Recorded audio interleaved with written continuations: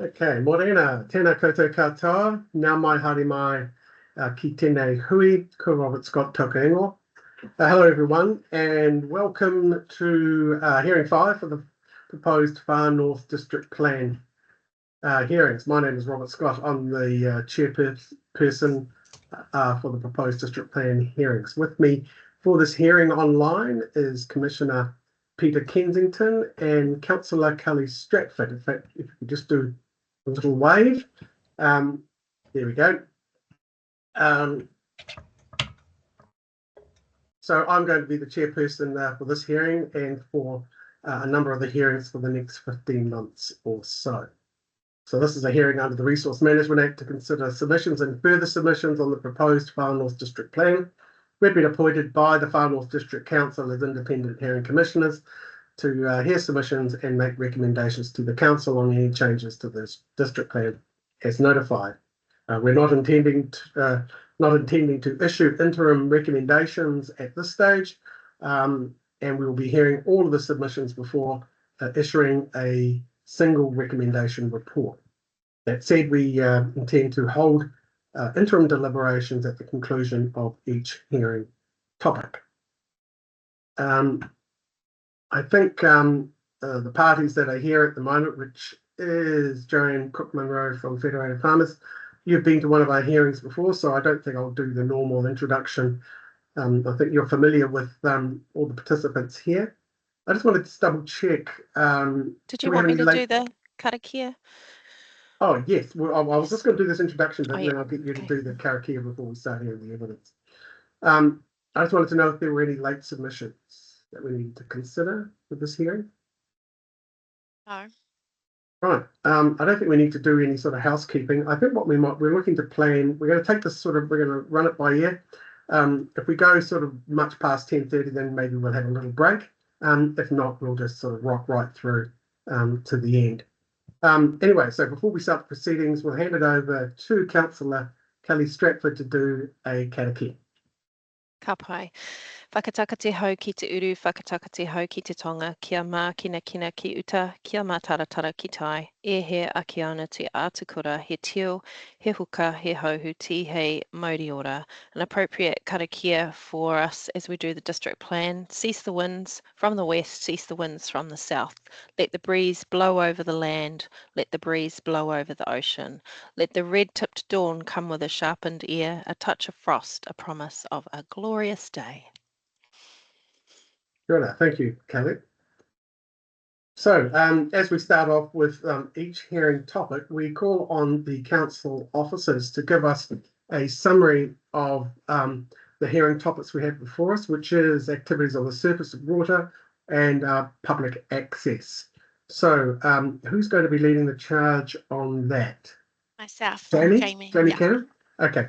Well, welcome, Ms. Cannon. We'll leave it over to you. Thank you. Thank you very much. Good morning, everyone. So my name is Jamie Marie Cannon, and I'm a consultant planner at Bofamasco. I'm the 42A report writer for Hearing 5, the activities on the surface of water and public access chapters. With us online today representing the council staff, I also have Robin Rawson, the council's Parks and Reserves planner, who has provided advice during the preparation of the 42A reports, and Tammy Worcester, the manager for integrated planning. Welcome to the hearing panel, Commissioner Scott, Commissioner Kensington, and Councillor Stratford, and submitters. Thank you to the submitters for your submissions and contribution toward the district plan. This morning, to assist the hearing panel, I'll give a brief overview of the submissions received on these topics and the key matters for consideration that I expect will be the focus of the hearing. Next slide, please, AK. So in terms of overview of the submissions, the public access chapter received 14 original submissions covering 74 submission points and 18 further submissions covering 258 further submission points. The activities on the surface of water chapter received 8 original submissions and 13 submission points, and 154 further submissions with 301 submission points. So these submissions primarily came from iwi, hapu and community interest groups covering a broad range of matters. Next slide, please, AK. So in terms of key matters for consideration at the hearing, the three key themes that I think will be primarily the focus of this hearing. The first one is public access over private land.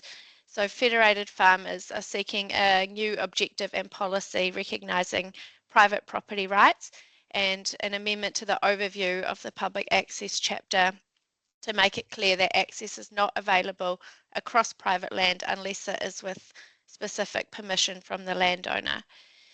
Federated farmers have concerns about trespassing and seek that access across private property is limited when access will be unsafe or will disrupt farming activities. The second key theme is Esplanade priority areas. So the operative district plan identified Esplanade priority areas on planning maps for the Kirikiri area because of the high recreational or conservation value of these areas. A number of submitters have sought the reinstatement of Esplanade priority areas in the proposed district plan.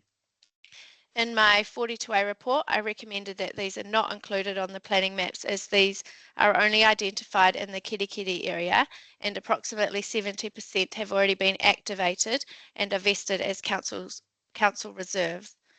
In most cases, for the areas that are not already activated, future subdivision of these sites will trigger the requirement for a 20-metre wide Esplanade reserve under subdivision standard 8.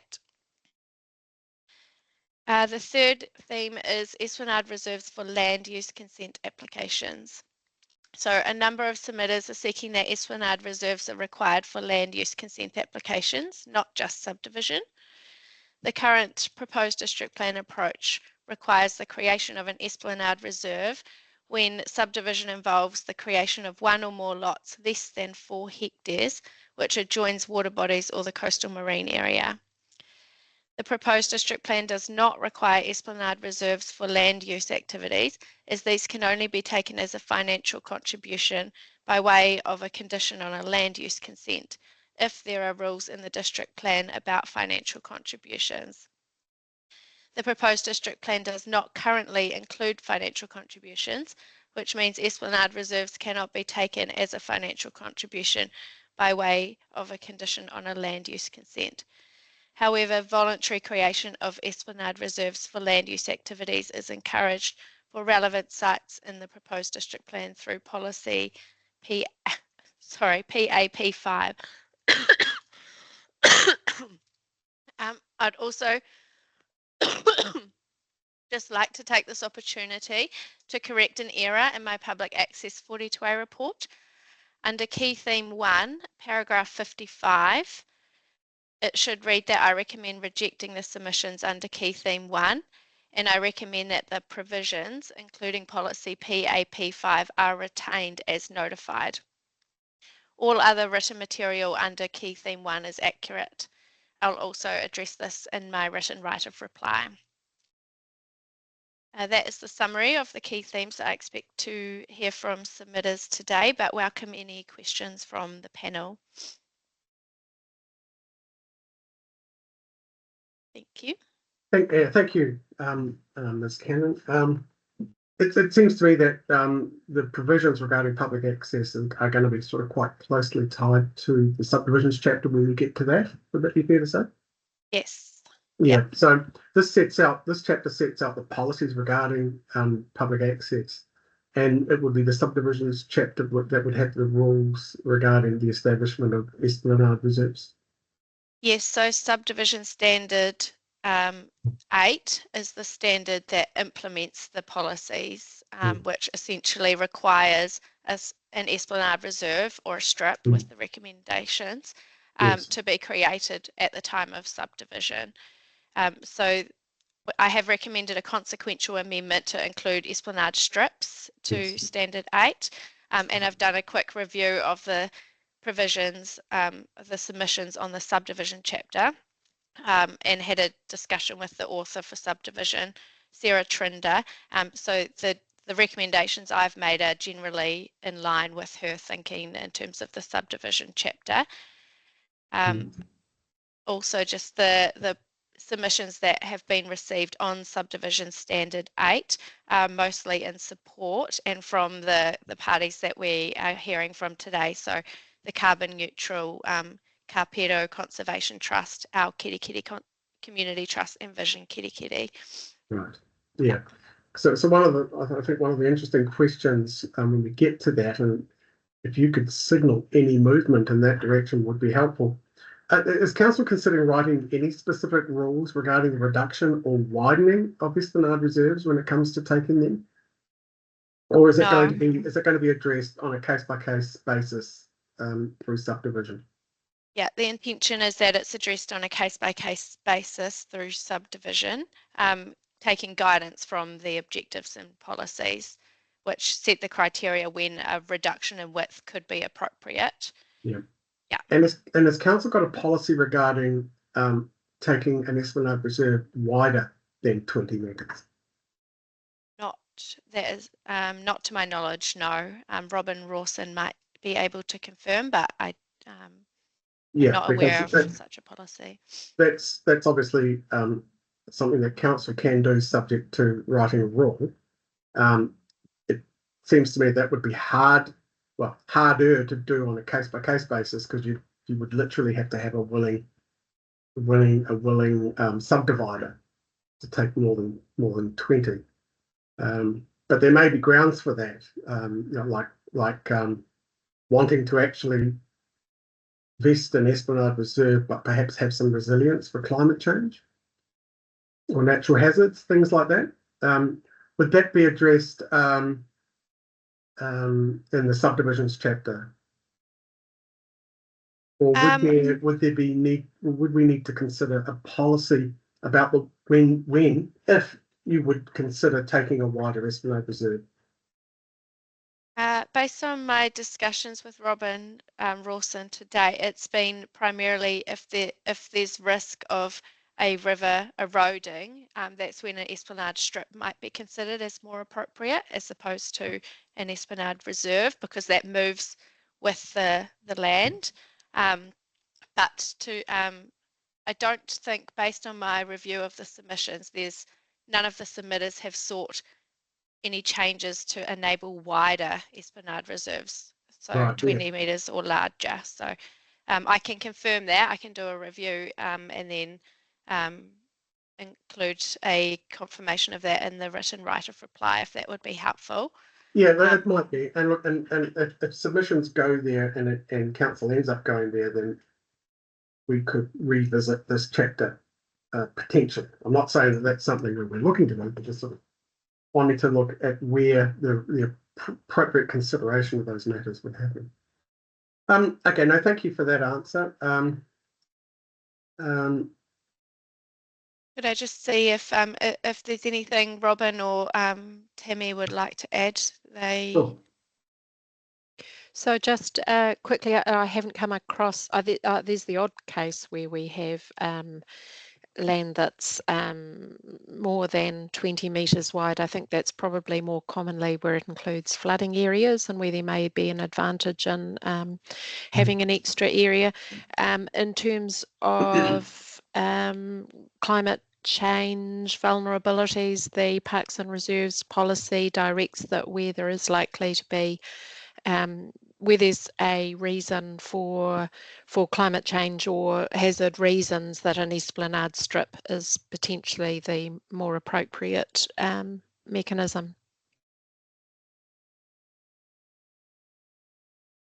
Great, no, thank you. I thought that might have been your answer, so thanks for clarifying that. With regards to Esplanade priority areas, it's sort of been my experience that often it's useful to have those where you're looking at potential Esplanade reserves on lots over 4 hectares, i.e. where it's of such strategic importance the council would consider paying compensation for it. Looking through the analysis that was undertaken on how Esplanade reserves have been taken up in those priority areas, it'd be interesting to know if there's any information on how many of those were over, or any of them were over 4 hectares. How many of the sites that Yeah. We're within the currently priority exist? areas, yeah, were Yeah. any of them over 4 hectares, where council said, oh, this is of such strategic importance, we'll pay compensation on I think some of those sites were over 4 hectares, so there's an analysis in Appendix 3 of the 42A report, it. Yes. but the majority of them are zoned that they in future are likely to have lots created less than 4 hectares. So there's a high chance that the subdivision standard 8 would be triggered and a 20-metre wide Esplanade Reserve would be required, regardless of it being identified as an Esplanade priority area or not. And then for the sites larger than 4 hectares, when a site is created larger than 4 hectares, my understanding is that through the resource consent process, council can require an Esplanade Reserve, well, be created as part of the subdivision consent, but that compensation is payable from the council for that. And at the moment, because council doesn't take development contributions or financial contributions, there's limited funding available for council to purchase those reserves. Yeah. Yeah. So if there was a subdivision that was, strategically important, maybe linking to established areas, and the subdivision was, I don't know, 4.1 hectares, so it didn't. Would the mechanism be the subdivision consent process as the method to acquire that? Yes, that's correct. Is there a policy framework to support that? Like, for example, if the reporting officer said, look, I think this is really strategically important, but the council consider taking this, and council says, yeah, we're fine, we're prepared to stump up the extra money to do this. And would there be is there a policy framework there to support that? Yes, so policy P2, PAP2 in the public access chapter provides direction on when the creation of Esplanade reserves or strips is appropriate. So it has a list of criteria that sets out when it would be appropriate for an Esplanade reserve to be created. So that's where it maintains or enhances existing ecological or natural values, protects, maintains or enhances public access, enhances public recreation, provides connectivity between other Esplanade reserves. Sorry, can I just, I think what Robert's getting at is that it would be taken to the council for a decision for lack of development contributions. Oh, yes, okay. Tammy or Robin might be better placed to answer that question. If you are able, well, there isn't funding allocated for purchase of Esplanade reserves within the long-term plan. Is probably the short answer. I think you'd also have to take into account if a person has applied for a resource consent, unless they were open to going through that process, where we've obviously got statutory timeframes, and unless the applicant themselves is open to that process, we wouldn't be able to process the consent in the required timeframe, for example, because we'd have to go through quite a process to get something onto a council agenda. So it would be quite a complicated situation, and it would have to be done quite in partnership with the landowner wanting to help facilitate that process as well. Otherwise, there'd be financial penalties against council to attempt to go through that process. There is, I do believe, Robin, when you are working with the resource consents team, they do talk to the district facilities area that actually manages reserves, and those conversations are sometimes had with an acknowledgement that there's obviously not currently a budget available, but that could obviously change during the life of the new plan. Exactly. So at this point in time, council is undertaking a work program to bring in financial contributions. So there was a council resolution passed last year for the district plan team to work on a draft chapter for financial contributions, and equally the planning and policy group is also working on development contributions as well. So yes, there could be a change during the life of the plan. Yeah. Okay. No, I'm just sort of setting up sort of the sequence of the policy things that are going to happen, and yeah. Yeah, okay. No, well, thank you. I haven't got any further questions, so thank you very much for your answer to those questions. I'll just see whether the other commissioners have any questions for you. Commissioner Stratford?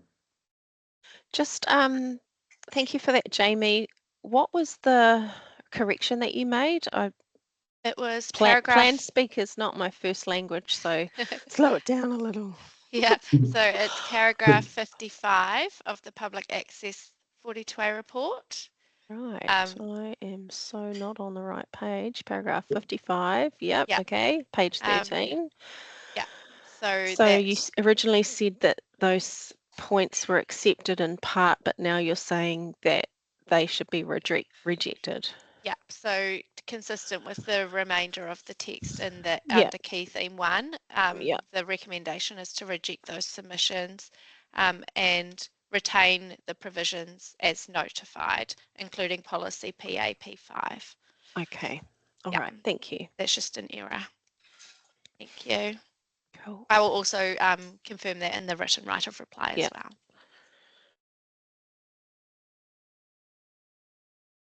Commissioner Kensington, do you have anything to ask? Yes, I've just got a couple, thank you. And thank you, Ms. Cannon, for your reporting and summary. On the topic of land use applications for resource consent, where esplanade reserves or strips might be achievable, is the plan currently as drafted set up to accommodate that pathway or not? No, the primary reason for that is because there are, as notified, there are no requirements for financial contributions in the proposed district plan, but that, as Tammy indicated earlier, is a work stream that's currently underway. So the ability to take an esplanade reserve or strip as a financial contribution will be part of that work stream, Okay. and in future may be introduced to the proposed district plan either by way of a plan variation or plan change.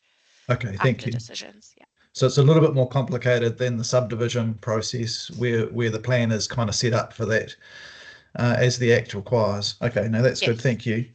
The second question was, I mean, this is going into the subdivision standard, which you've recommended be changed, and that's a matter for another hearing. But you're putting in, I don't know if you've got that on in front of you, but your Appendix 2 has that kind of wording there, where you're recommending putting in or esplanade strip into the mix.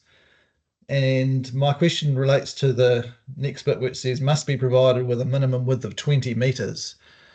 Is that what the Act requires for an esplanade strip? I know it requires it for a esplanade reserve, but it's a bit silent on esplanade strip, isn't it? And it could be any width.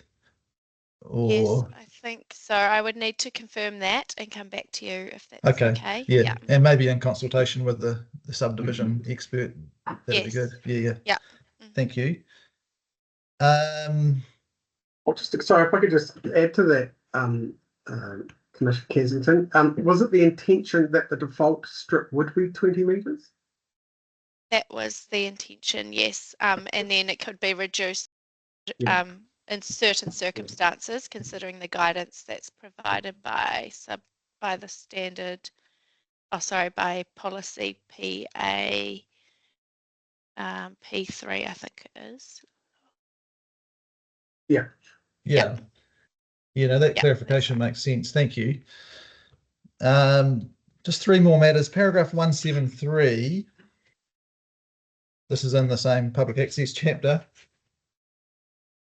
Just checking that whether this is a typo or not. Second sentence, in the case of subdivision where allotments of 4 hectares and greater are created, should that be or lesser? 4 hectares or lesser? 73.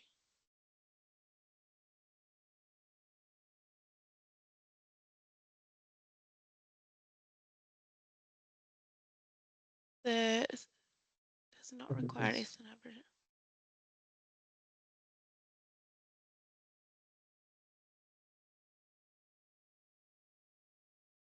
Oh, yes, no, it is all greater. So what I'm trying to say there is, if a subdivision involves creation of an allotment less than 4 hectares, it's a requirement to provide your esplanade reserve or strip to the Ah. 20 metre width. But if it's a subdivision that involves an allotment greater than 4 hectares, an esplanade reserve or strip can be provided where the certain criteria are met. Yeah, but Right. that council compensation is payable by the council to the landowner for taking an esplanade reserve in those circumstances. No, let's clarify that. Thank you. Paragraph 101, you talk about some legal advice that the council's received. Should we have a copy of that in front of us, that legal advice? Yes, it's just an email, but I can definitely forward that to you. So I've copied it verbatim into the report, but I can forward that onto you. So essentially, the legal advice just confirmed it's not legally possible to transfer an esplanade strip to the hapu under the RMA because the esplanade strip remains in the ownership of the landowner. Okay, thank you. My last question, paragraph 85, which is your recommended changes to policy PA P3 and the strikeout of A under that policy. That all looks like pretty good stuff that you're striking out or recommending to strike out. Why are you recommending that in short? The key reason is because I had a discussion with Robin Rawson about this as well, and primarily the first part of that clause is where it says an esplanade reserve or strip couldn't be required, or you could essentially there's an out there where safe and reasonable public access is provided elsewhere. So we were concerned there would be perverse outcomes, or that could be used by developers or landowners to say that access is provided further down the river or further down the coast. So therefore they don't need to provide an esplanade reserve when in most cases it would be appropriate. So we thought that it would be achieve better outcomes and is more aligned with achieving the objectives if that was struck out. Okay, thank you. That's helpful. No further questions, Mr. Scott?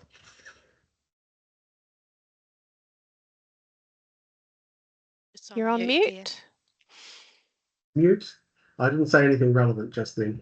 I just found another question that I had written down but had not asked. So if you'll indulge me, I'll ask you that question now.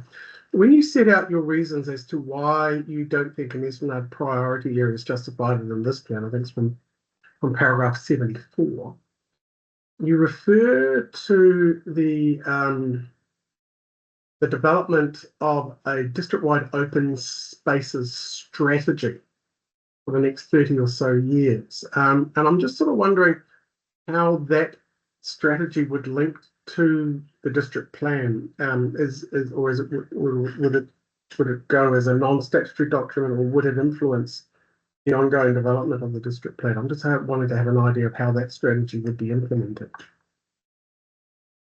My understanding is that it's happening alongside the district plan review as a non-statutory document, but depending on the outcomes of that open space strategy, there may be a need to implement it through a future plan variation or plan change. But Tammy or Robin may have some further comments to add in response to that question. From a practical point of view, certainly our Parks and Recreation policy, talks about requiring a 20-metre area of esplanade reserve. So in that way, I take it as adding weight to any discussions as part of a resource consent, but that may not be a strictly correct planning view. Someone may wish to comment further, but I would think that the directives of the open space strategy will add weight to consideration of where reserves will be located and discussions around that, so particularly neighbourhood reserves or the need for an esplanade reserve in a particular area.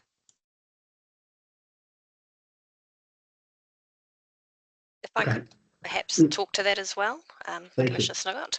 I think it will depend on the end product that is produced as to how much weighting will be able to be given to it through any resource consent process in terms of how directive or how much information is contained in it to give certainty to decision makers.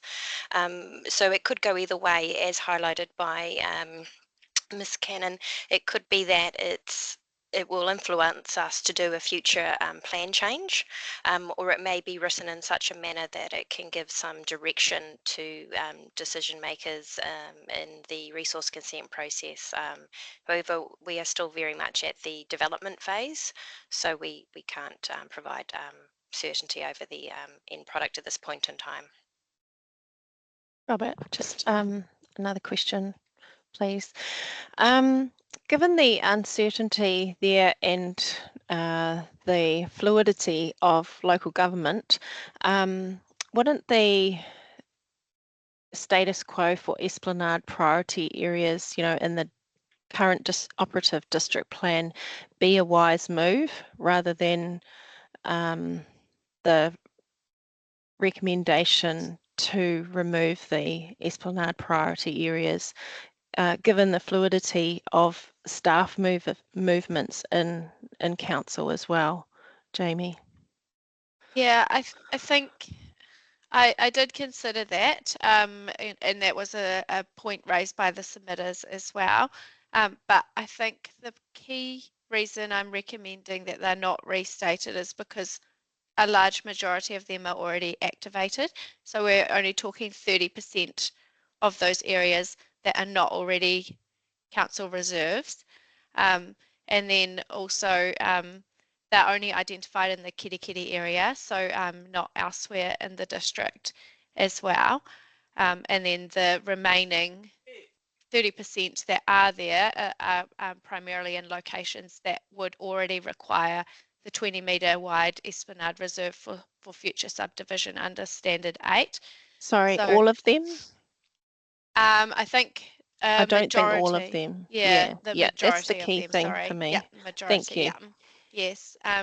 So those were the key reasons that I was recommending that they're not reinstated. There is the option of having the remaining ones kind of identified as an information layer and taking out the Esplanade priority areas that have already been activated.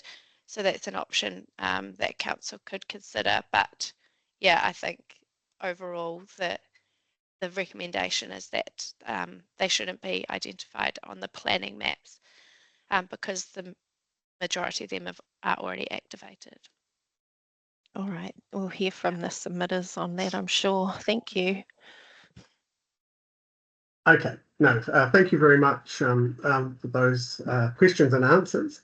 I don't have any further questions, so perhaps we can move on to the next introduction. This is activities on the surface of nature. Is that right? Yes, so I had a summary on that in the presentation in terms of the overview of the submissions. We haven't, as to my knowledge, got any submitters that made key submissions on that topic presenting today.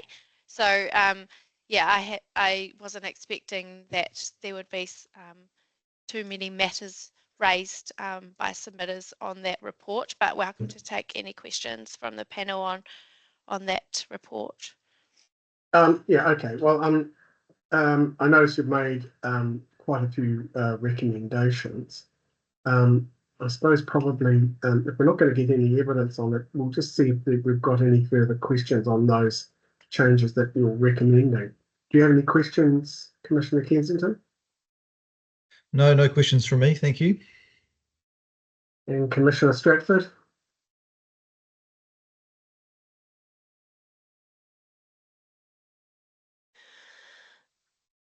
Hang on, sorry, just seeing if in my notes, I have highlighted the so in the section 42A report and some of the submissions, there was some back and forth on the change removing non-commercial recreation or customary activity.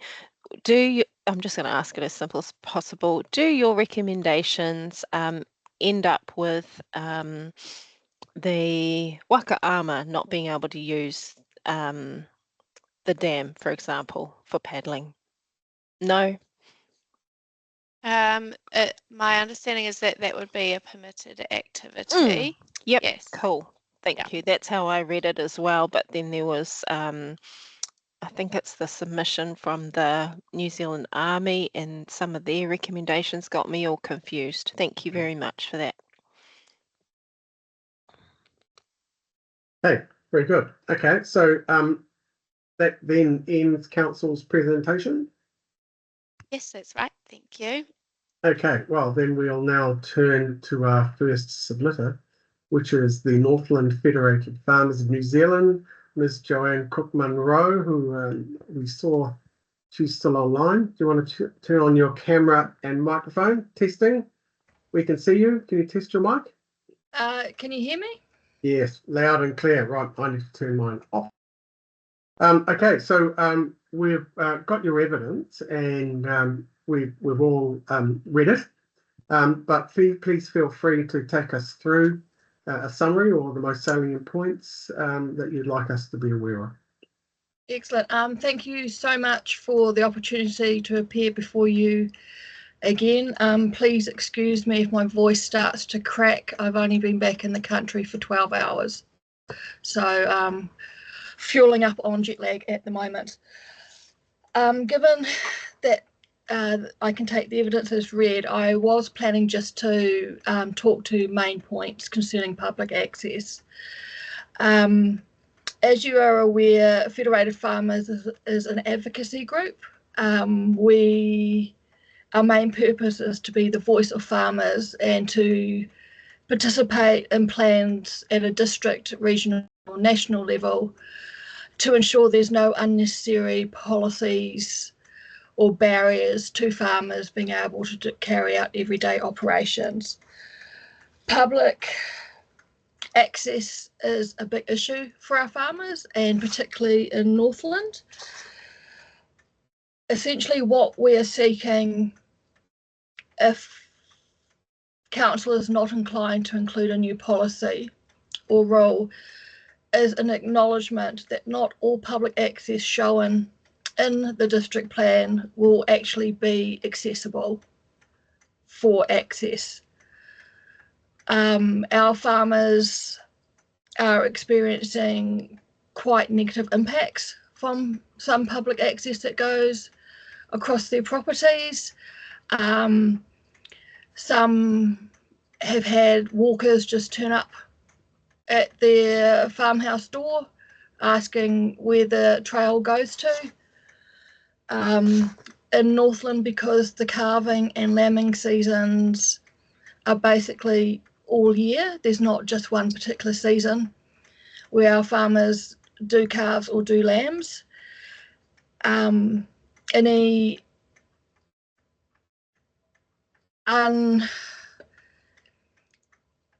unexpected events can actually shock a pregnant ewe or a pregnant cow, and at the extreme end could cause a cow or a ewe to abandon their babies, which in turn has an adverse impact on farmers who have to then raise those babies as orphans.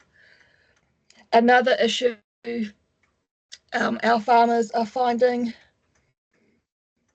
is there's a creation of dangerous situations. One of our farmers who has a coastal part to his farm was just driving over one of his paddocks one day, and there were people having a picnic in the paddocks, and he said it was a paddock that hadn't been used for a while, so the grass was quite high, and the potential for him to actually run over those people could have been quite significant if he hadn't come in from the top of the paddock and had come in from the side. Our farmers are also finding that some trampers, not all, are creating nuisance effects. They are leaving rubbish, they are using inappropriate places along the access ways for bathrooms, and they are creating a general nuisance. Some are even bringing dogs on their walks, and the dogs not on leads, which if you've got stock in a paddock, you don't want a strange dog running after your stock, because there's all the possibility of stock kicking out at the dog is significant, or the dog doing damage to stock is significant. Another important issue for our farmers is the biosecurity risks associated with people accessing across farms. Our farmers are very pedantic about weed control. They want productive paddocks. They want the best possible fuel for their stock. People coming in from outside the farm into an uncontrolled access, because while you've got a public access there, you don't have people manning it or ensuring that people aren't wandering off that access. They have found there's been a transfer of weeds, and the example they gave me were Chilean needlegrass and yellow bristlegrass. I've done a quick look up. I don't know exactly what they are, but evidently the seeds can get caught in boots and can be transferred as they drop out when someone is walking. Another biosecurity issue is disease can also be spread from unauthorised people on a farm. A lot of our farmers have dips where people dip their boots in before they come onto the farm, and that's usually through the main entrance, and that's usually done before they go out walking around a farm, and they do that to control any diseases that may be rampant or starting to appear in the district. What has happened, a recent example, is we have got an advice note in another district plan, which is essentially along the lines saying that not all public access shown in a district plan is legal access. And this district plan, they show, they've got overlays that show formed public access, and they've got overlays that show indicative public access across properties. So what they've done is they've agreed to put an advice note in just to prompt people, if they're looking at the district plan, that indicative public access may not be legal public access, and that they would need to check with the property owner before using that public access and walking across it. So any recognition that the council feels is appropriate would be appreciated by federated farmers. This is an ongoing issue, and it's an issue that goes right across the country, not just Northland. And our farmers just really want the ability to be able to control who comes on their properties, where they're located, and not, as one farmer said to me, not have his wife scared when someone unexpected knocked on the door to ask where the public access continued. So that's it for federated farmers.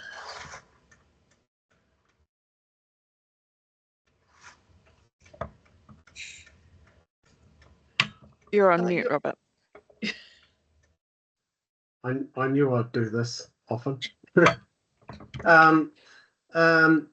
Yeah, thank you for your evidence, Ms. Cook-Munro. I'm just wondering whether we might just bring in Ms. Cannon, because your submission focused on writing policies and rules, and Yes. and then your evidence has now suggested potentially an advice note of some sort. And I'm just wondering whether council could respond to that proposal. if you're prepared to at this point in time. Yes, in my view, an advice note within the Far North proposed district plan is not necessary because the plan doesn't include identified public access corridors or areas on the planning maps. So I acknowledge the concerns raised by federated farmers, but in my view, it's best those types of concerns are best addressed outside of the district plan. So, for example, in putting a sign with no trespassing or that type of mechanism might be more appropriate to address those types of concerns as opposed to an advice note within the public access chapter of the district plan. Yeah, and this is a question possibly to both of you. It seems to me that if you've got people who are just randomly wandering through or onto farms in order to access areas of, I'm assuming, coastal or lakeside or rivers, probably mostly the coast, I would think. I'm just wondering whether they would look at a district plan and any state in any advice note to curb their behaviour. I mean, it may be that these people don't look at a district plan at all, and wouldn't be minded to go there, and perhaps signage might be a better method. I think that's the gist of what Ms. Cannon's advising us. Having talked to a lot of our members, most of them actually do have signage up. Okay. So Federated Farmers is viewing the district plan as an additional opportunity to highlight the difference between, let's just say, official public access and non-official public access, and something as simple, even just a couple of lines in the overview.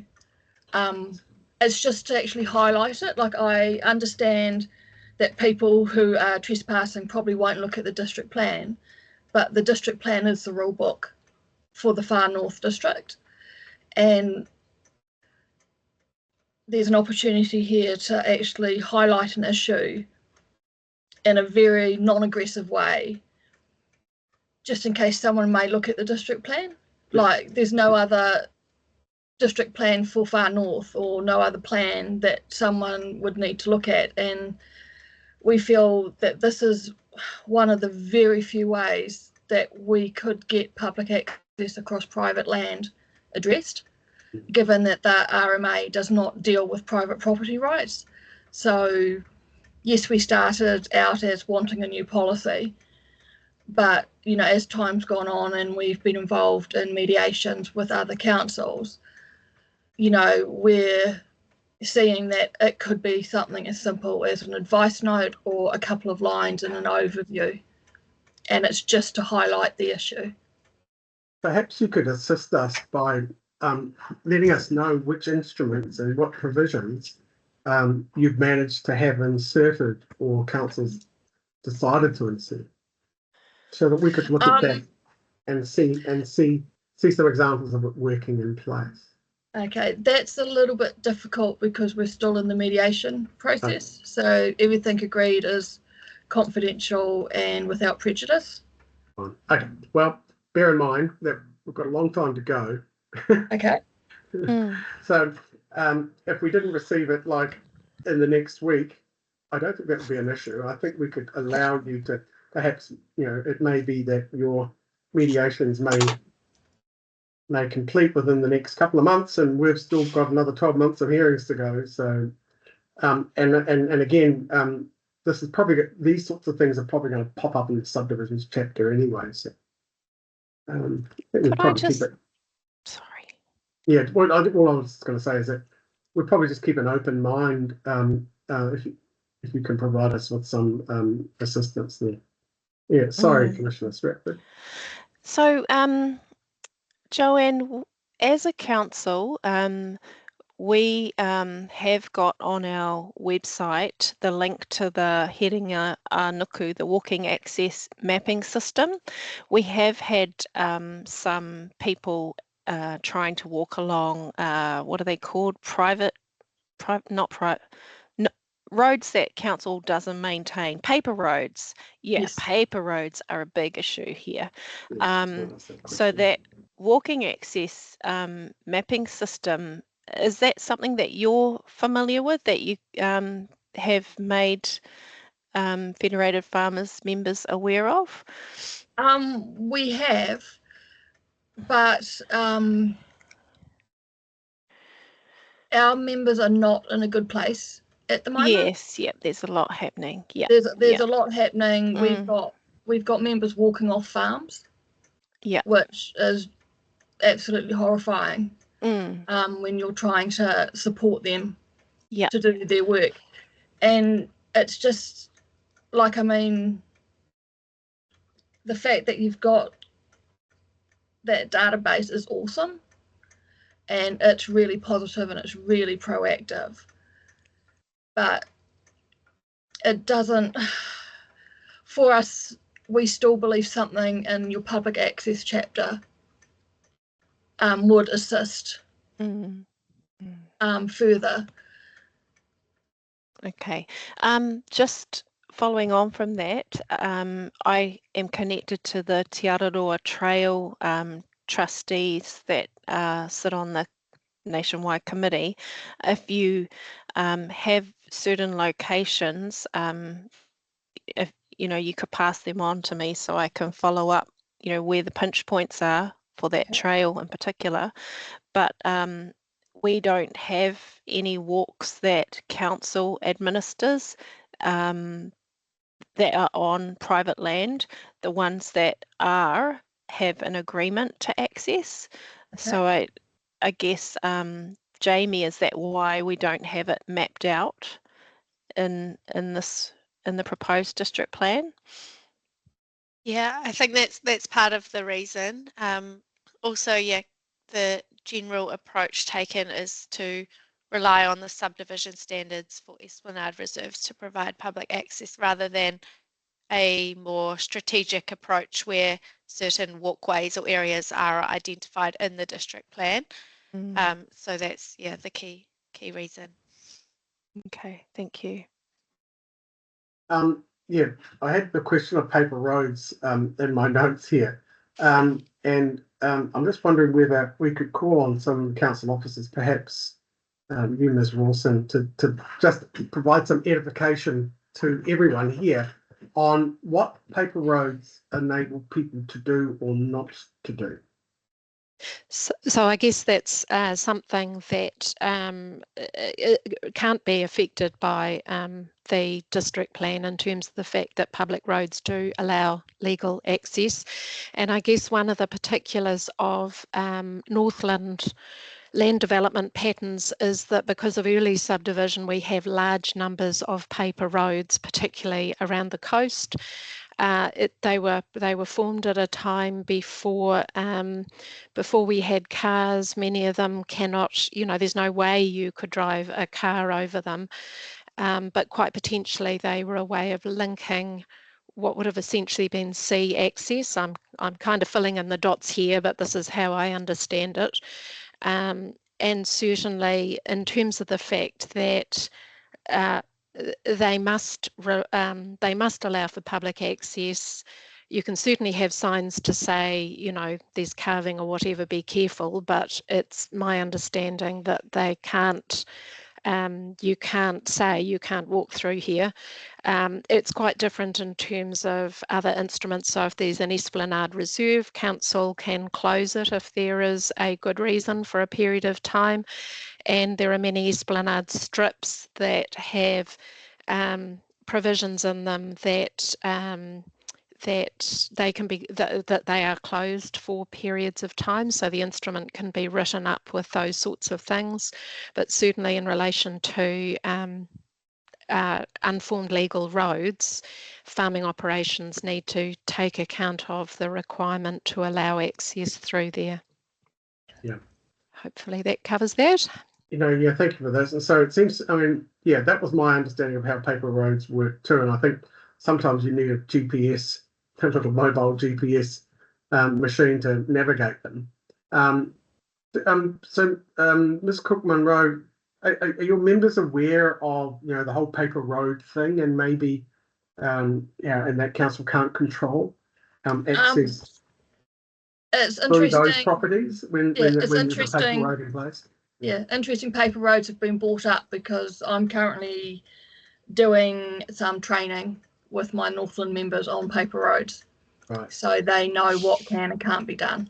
Yes.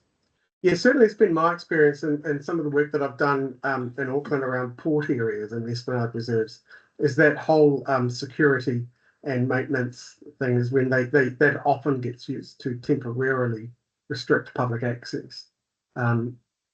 So with an Esplanade reserve, how would that work in practice, Ms. Rawson? Would the person with the Esplanade reserve adjoining them apply to the council for a temporary closure? Yeah, I can't say that it's, I mean, it's not something I've actually dealt with, but the Reserves Act allows for Esplanade reserves to be closed for specific reasons. I guess in terms of farming operations, I guess we'd be keen to know that it was a one-off, not an every spring. If you know, farming operations could be organised in a different way, but it's certainly a possibility to close reserves off. But there might be an opportunity for like a practice guide, if that is a method to address that particular concern of farmers, particularly around, you know, that critical calving and lambing period. As I said before, in Auckland, for example, you know, there are areas where you have public access on wharves, but they close them down when a passenger liner comes in and it becomes a customs area. Or you do, you know, really important maintenance and port related activities.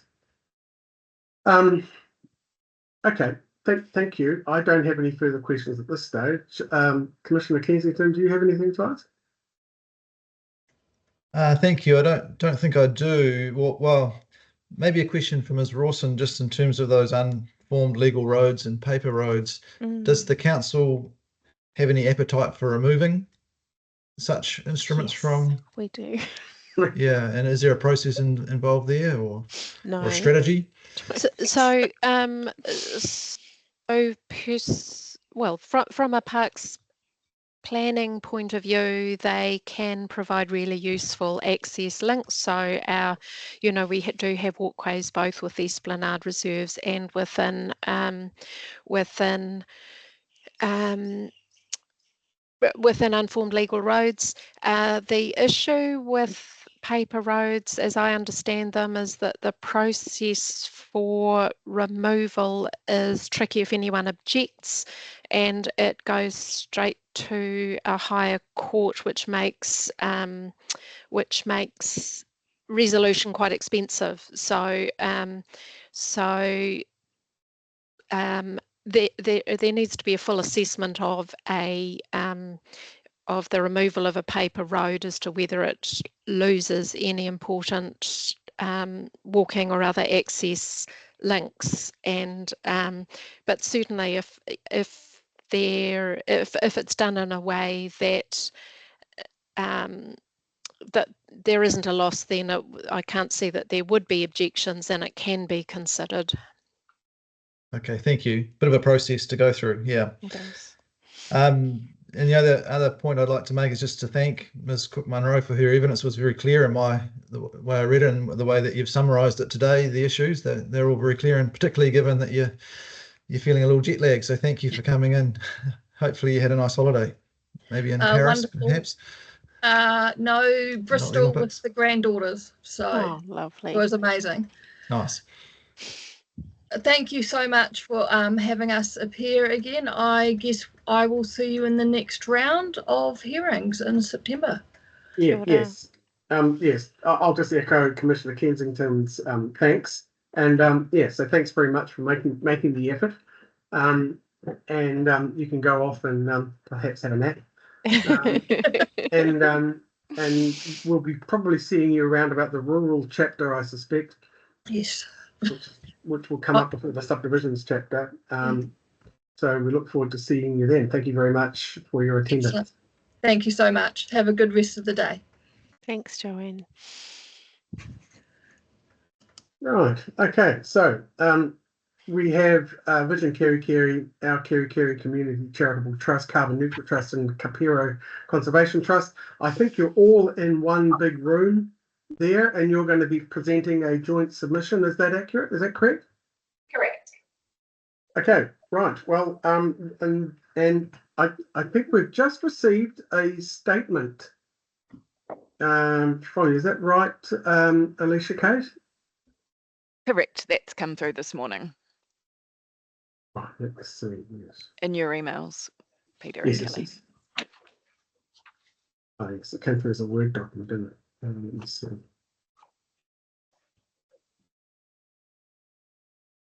Just bear with me one moment while I get I'll get the statement open.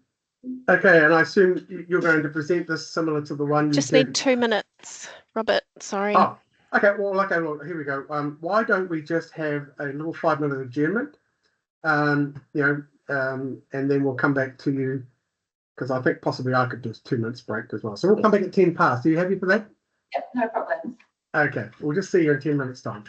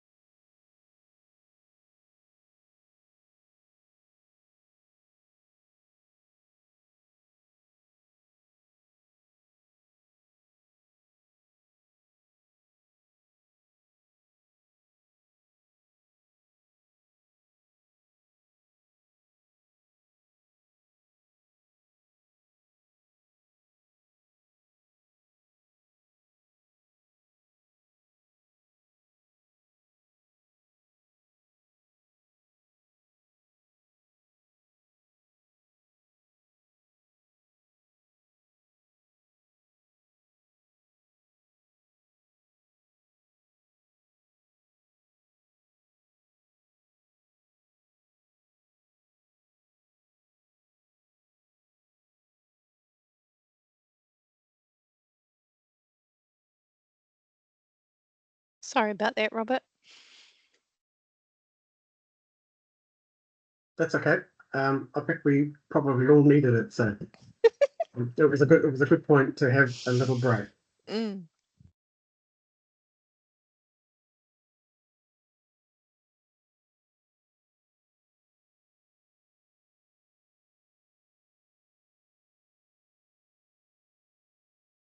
Oh.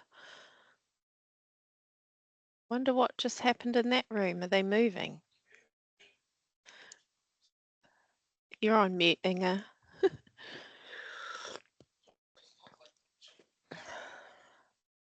They're swapping seats.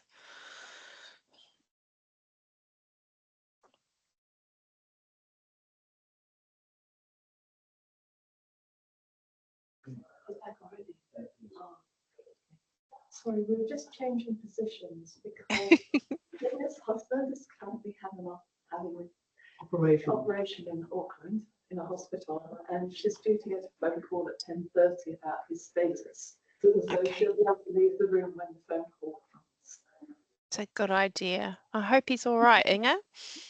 Oh, it's lung cancer. It's Oh no.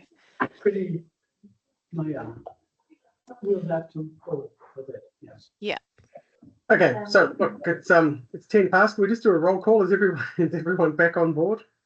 Well, we thought you were going to start again at 18 minutes past, and Oh. one of the team has. Okay, I think. She's coming. She's the first coming. speaker.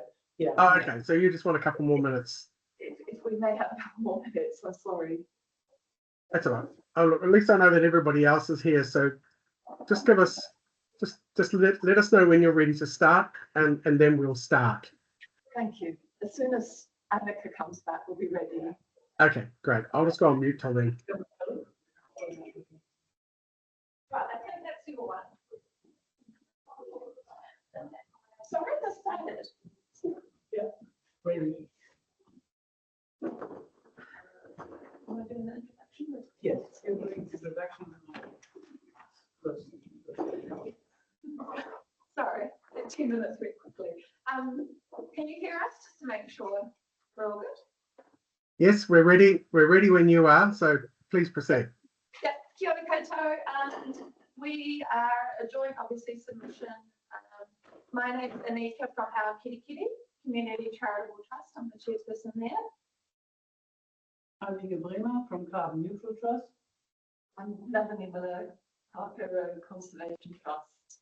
I'm Rod Brown from Vision Kiri. So we're all in the room. So we'll get going with the presentation, and we're going to start with Inga. Yeah, kia ora katoa. Our general comments. Firstly, I would like to say with Carbon Neutral Trust, the climate lanes about Esplanades definitely wants to alert all of us to the fact that Esplanades do sequester carbon all the time. And with a view to the future and a possibility of annual income from carbon credits, this makes Esplanades a really important issue. So our 4 groups support Esplanade reserves and improved provisions for those reserves. We support policies and rules that will require the creation of Esplanade reserves and strips along the coast and water bodies when consents are granted for subdivision, land use, and other forms of development. Esplanade reserves can provide improved connectivity, very important for us here, recreational opportunities, and a greater protection of conservation values. In addition to the important principle of public access, there is an increasing need to provide much greater connectivity and options for active transport, especially walkways and cycleways. It is particularly important to create Esplanade in all urban and general residential zones, for example, along the south bank of the Kerikeri River, even if the council has to compensate landowners. Our second point is the cost of creating and maintaining esplanade reserves.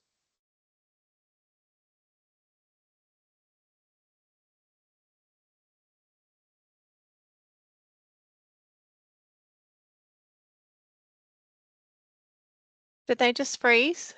I can't hear anything. AK? Yes, it has frozen by the looks of it. Oh, I'll send it, or you send something in the chat. Yeah, look, I think they froze just as they were about to talk to item number 2. 2, yep. Okay, if you're speaking to them, if they do have technical problems, are they actually in Kirikiri? Because they all work, I think. Yeah, they're in the office of Looks- Anika. Yeah, just down so the I'm road. wondering if Yeah. they do have a problem, could they quickly come up to the council office? Yeah, They're literally a Quickly. 5-minute walk away, probably. look, if that's the issue, I'd be happy to allow that. Okay, I will just give them a quick call now. So, okay, you're in the council office too, so you could facilitate that if necessary? Correct, yes, and Yeah. I do have a room booked, so I could. I'll just quickly give them a call. Okay, well, go for it. We'll just sort of stand by until then. They could probably hear us, so that they'll know that they're frozen.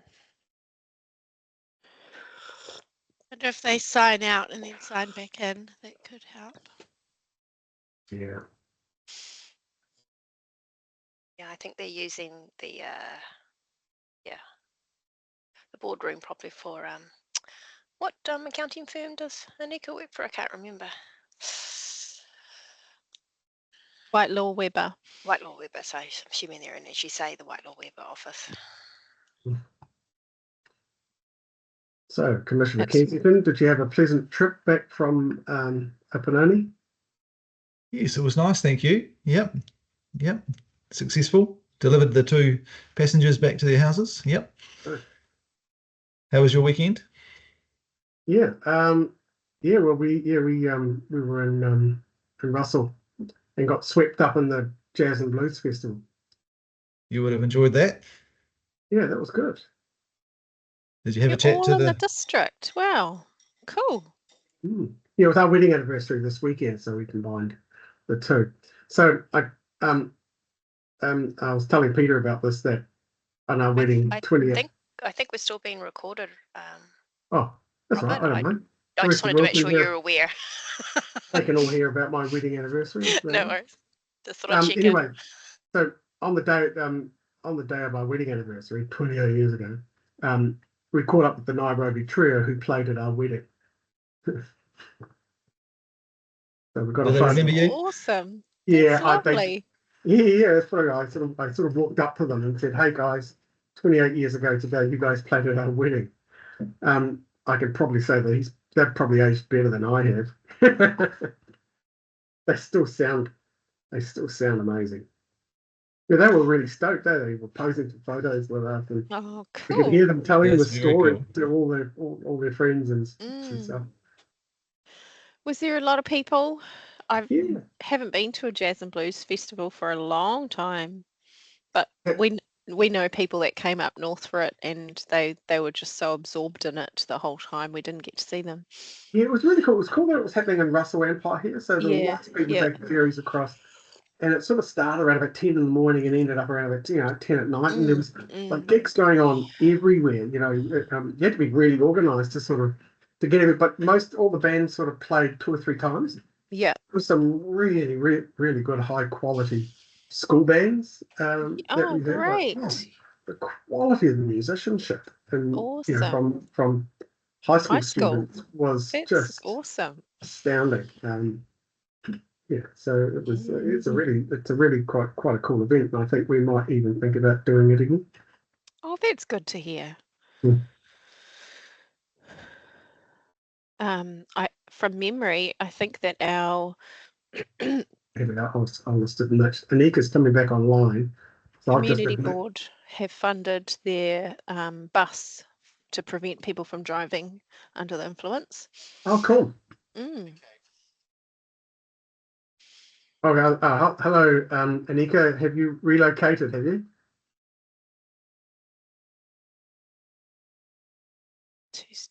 Probably got a headset plugged in. So they're just moving to a different room, and hopefully that will work. And we've also just discussed if they would like to walk up here, that's an option also. But hopefully this room that they're now in will work, and they pass on their apologies. That's okay.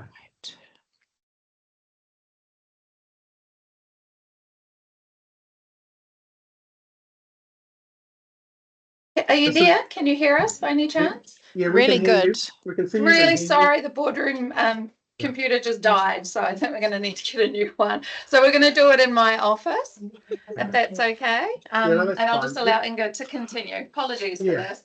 So, Ms. Whitemore, Also, yeah, the moment I mentioned that council has to compensate landowners, that computer breakdown.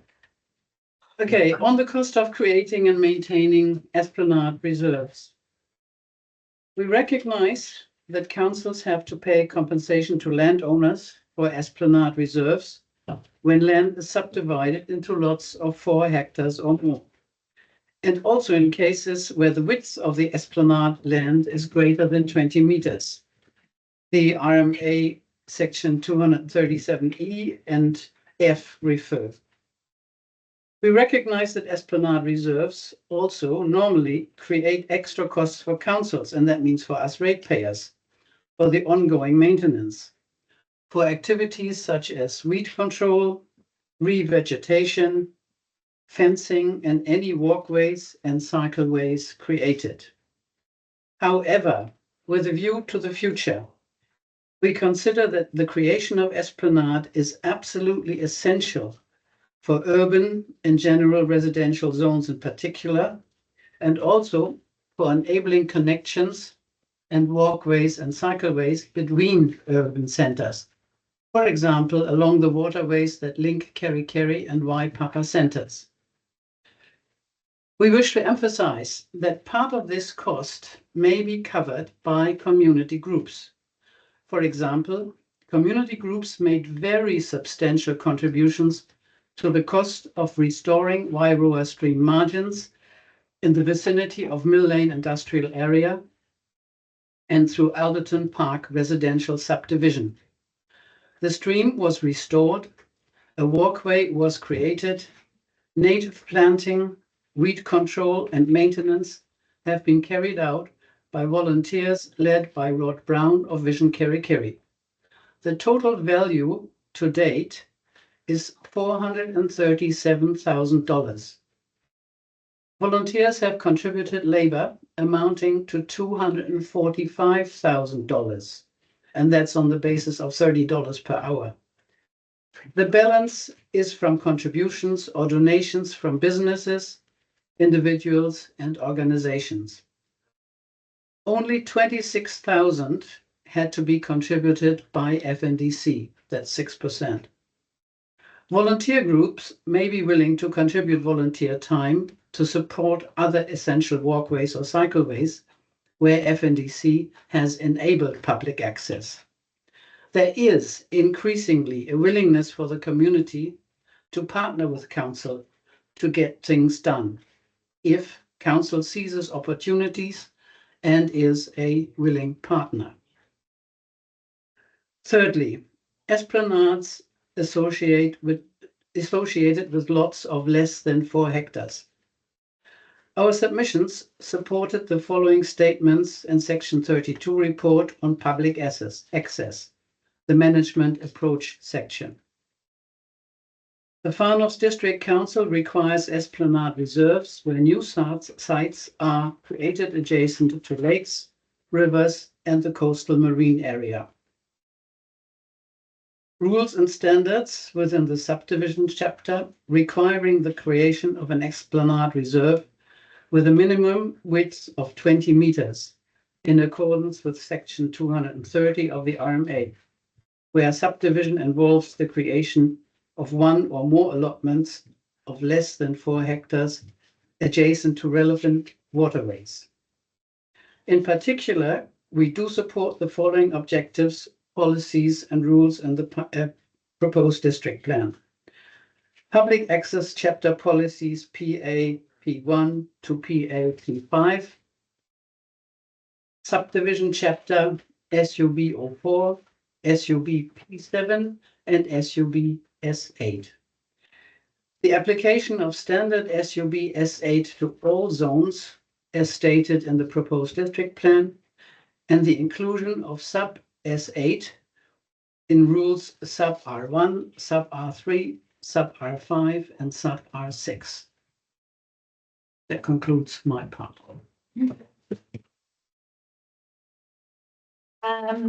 Okay, so I'm going to cover areas that we feel need to be strengthened.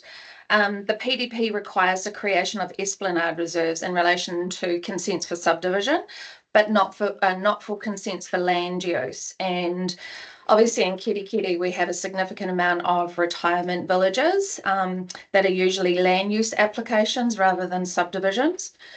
So they wouldn't be needing to comply with esplanade reserves, and that's a real worry for us.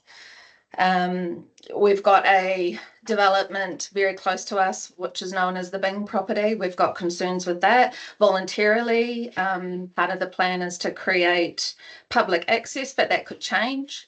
And from what we understand, the 4 super lots that they're creating would be over 4 hectares, and therefore this wouldn't apply in terms of those esplanade reserves. We've also talked about these 4 hectares or more is a real worry to us. Section 42 report paragraph 125 considers that obtaining esplanade reserves, although it would cost to do so, would not be appropriate to adopt since the PDP lacks rules around financial contributions. Councillor Stratford wouldn't know where I'm going to go from here. As stated in our subdivisions, our group seeks PDP policies and rules that require esplanades when subdivision creates lots of 4 hectares or more when any of the following situation applies. A third party provides funds to compensate the landowner for the land. A community group, for example, might wish to raise funds to compensate the landowner, especially if it's a strategic link or connection or reserve for the community. As part of a development agreement or development contributions or financial contributions. The next section that I'm going to cover is around these financial contributions or development contributions. It's a very contentious contentious matter, especially for the community. I think we've been advocating for development contributions for a good 6 or 7 years. It was resolved by council way back in 2020, I think it was, to look to reintroduce them. There were reasons, there's always reasons why it hasn't happened. And we're now 2024 and it's currently being looked at via financial contributions, but it's kind of we're doing a district plan or a proposed district plan and we don't have this financials contribution sorted. Therefore, there's no chapter within the proposed district plan, which means we're going to have to vary it. So it's all just really disappointing from our perspective as to where we're at. We believe it's really urgent, and it was urgent 5, 6, 7 years ago, particularly for us. We're only one of 3 councils in New Zealand that doesn't have either development contributions or financial contributions.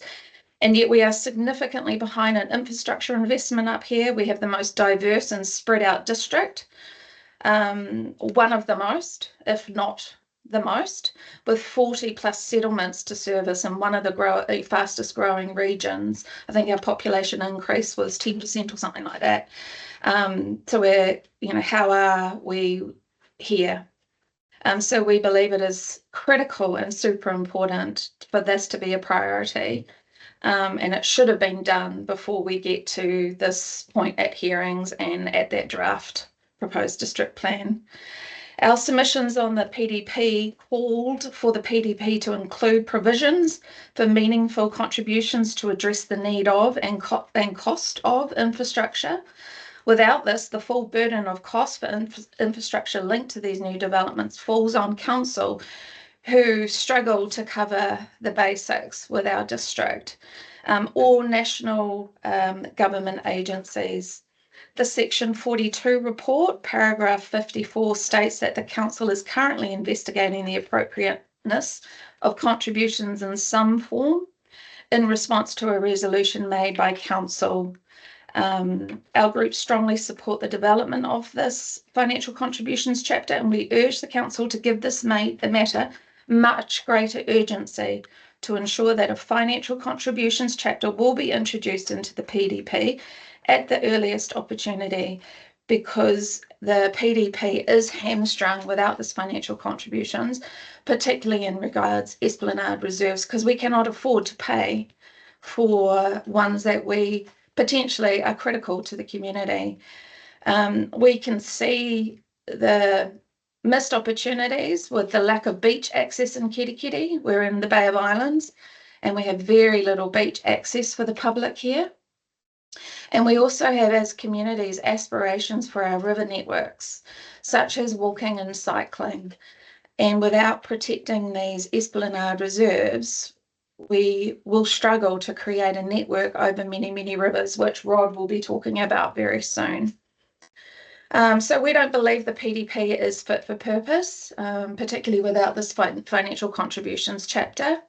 And we believe it is really important for these priority areas, particularly over 4 hectares, which is, as I understand it, in the current district plan and is being removed because we have no financial contributions to pay for it. I think that probably covers my area because there was a delay with our computer, so sorry about that.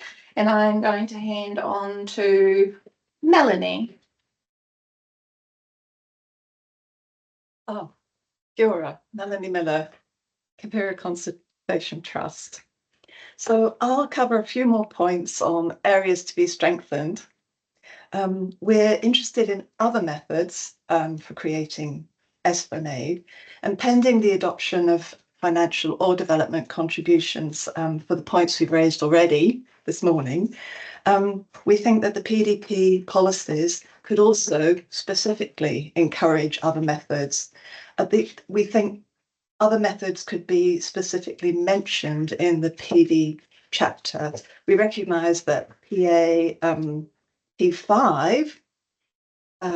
speaks of encouraging the voluntary creation of Esplanade, but it could be helpful just to enlarge on that a bit more. So for voluntary contributions, as you know, the RMA section 237F requires the council to compensate the landowner for Esplanade associated with larger lots, but it can occur if the landowner actually agrees not to take compensation. You'll be well aware of this as a voluntary action. And then obviously there's similar language in the Local Government Act, which also allows landowners to provide a reserve as a voluntary action. So we think that it could be very helpful to specifically mention this in the chapter to encourage developers, landowners and others to actually think about this, because they do rely on this document to guide them on what's feasible, what the options are. Another possible method that could be referred to is third-party funding. So the LGA actually allows for a third party to fund a reserve, provided it's not already included in the development contribution. And this does open the door for a benefactor or a community group, such as some of ours, to actually raise funds for specific parcels of Esplanade land that we consider to be really important for the community. And Annika has already mentioned things like the Bing property, areas in the centre of town or close to the centre of town, or areas that link 2 different parts, 2 different centres, like such as Waipapa and Kerikeri. These linkages will become so important. With climate change, we really, really should be creating many more opportunities for walking and cycling. And at the moment, they're immensely limited in this area. So to move on, then, a second point I'd like to cover is that we think that greater protection is needed for areas with significant ecological values. So we recognise that in some situations, particularly outside of the urban zones, Esplanade can serve as an important role in protecting areas with significant ecological values. And the Section 32 report did note that policies to protect waterways and coastal areas or access should not compromise natural character or Indigenous biodiversity, and we strongly agree with that. We think that the PDP provisions are not sufficient at present for protecting biodiversity and ecology. And for example, at hearing at 4 last week, we did raise the importance to us of the aspects identified in Appendix 5 of the Regional Policy Statement. And we also identified the need to take account of the cumulative and long-term effects, and we feel that's not sufficient at the moment. However, the Section 42 report considered that the PDP chapter on biodiversity will provide sufficient protection, and yeah, we don't share that view. So we see provisions in this public access chapter that will more actively protect areas with significant ecological values, particularly outside the urban zones and the general residential zones. And this could be achieved by adding some language, and we're not fixed on this particular idea, but it could perhaps be something such as an amendment in PA 02 to insert the word, the phrase is managed, so that the access along water bodies and so on is managed in a way that addresses natural hazards and supports the preservation of natural character, ecological values, etc., rather than just assisting with. We're open to other words or suggestions to achieve greater protection. Thank you for your time, and now I'd like to hand over to Rod Brown from Vision Kerry Kerry for the last sections.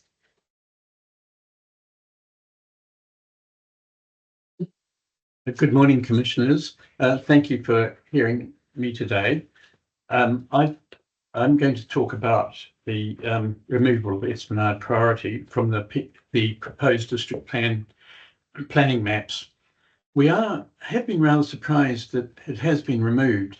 It's mapped on the existing maps, and we're slightly astonished that they aren't going to appear in the proposed district plan. The Esplanade priority has actually served us very well. The Section 42 report points out that 70% of the Esplanade priority has already been mapped, has already taken place. And of course, we welcome that. And one of the reasons given for not continuing is because there's only 30% to go. Well, surely with these matters, you would keep going till you've done 100%. You'd map the whole 100%, I would have thought. And so that has slightly bemused us, I'd have to say. In fact, the Esplanade priority has served us particularly well. It has also been useful, and another reason for retaining it is that the council staff is forever changing. Developers come and go. A map itself is a pictorial presentation of data. Cartography started maybe in the 13th or 14th century, and over time has evolved, so it gives a great deal of data in a very compact space. And so visually giving people who have an interest in what land development is going on here and our waterways can refer to a map. Going to a sort of a particular title on a property to find out if it has some sort of caveat about or an Esplanade priority on it is not satisfactory. We actually have had experience of inexperienced or new staff meeting up with Wairoa Stream, which I've been working on for 12 years, along a paper road from Mill Lane to Hall Road, a new road is going to go through. We have no objection to that, but it actually is going to put a 2.7 metre wall across part of the reserve we're looking after on behalf of the council. That is because the staff and the developer seem to be unaware that there was a public walkway being maintained by volunteers. So pictorially displaying stuff is valuable. That's our argument. Another reason for having it is that we're growing very fast up here, and development is occurring at any time or all the time. It will take time to get this sort of material into any future reserve plan or even a spatial plan. And it's already been said that connectivity, which is very poor in Kerikeri because of our permissive district plan, we are unable to link pathways, tracks and cycleways and get alternative means of transport. So we really do need to keep this going. Now, and so we do seek that it should continue. The other thing we would like to do is point out that, as I've already done, that it is a transparent way of showing consolidated land use to anyone who has an interest. And another thing is that we have proposed that it's extended to the other parts of the Far North which do not have esplanade reserves. The reason for us saying that is that it has been noted in the section 32 and 42 reports that other areas do not have esplanade reserves. There's actually a very good reason for that. It's our geography. Kerikeri is formed around a couple of significant rivers and 4 or 5, about 4 major tributaries. The other geographical areas have geographic formations entirely different. However, there is always a tendency to have a one-soup-fits-all when anyone's doing top-down planning, as it were. So rather than the other districts feeling excluded, we think if esplanade reserves are extended to everyone, if they wish them, if it's appropriate to Kaitaia and Kaikohe, the other 2 urban areas up here, then by all means do it. Kaikohe does have a couple of streams. However, there doesn't seem to have been in the submissions that the other districts have had any concerns about it. But let everyone have it if that's appropriate. It's certainly appropriate here, given our geography. So that's our arguments there. Now, another thing that's been raised in the section 42 and 32 reports is a lack of certainty and appropriateness about the esplanade priority on the maps. Well, we're completely unaware of this uncertainty. We've had correspondence with the planning manager in 2017 about strategic planning for our waterways and coastline. We had a response from him. No concerns have been raised about the inappropriateness. So we're somewhat unaware of it, and both reports fail to actually say what this uncertainty is based around. Nonetheless, even if it is uncertain, an esplanade priority is only an indication of a council interest. There's absolutely no requirement for council to take an esplanade priority merely because it's mapped.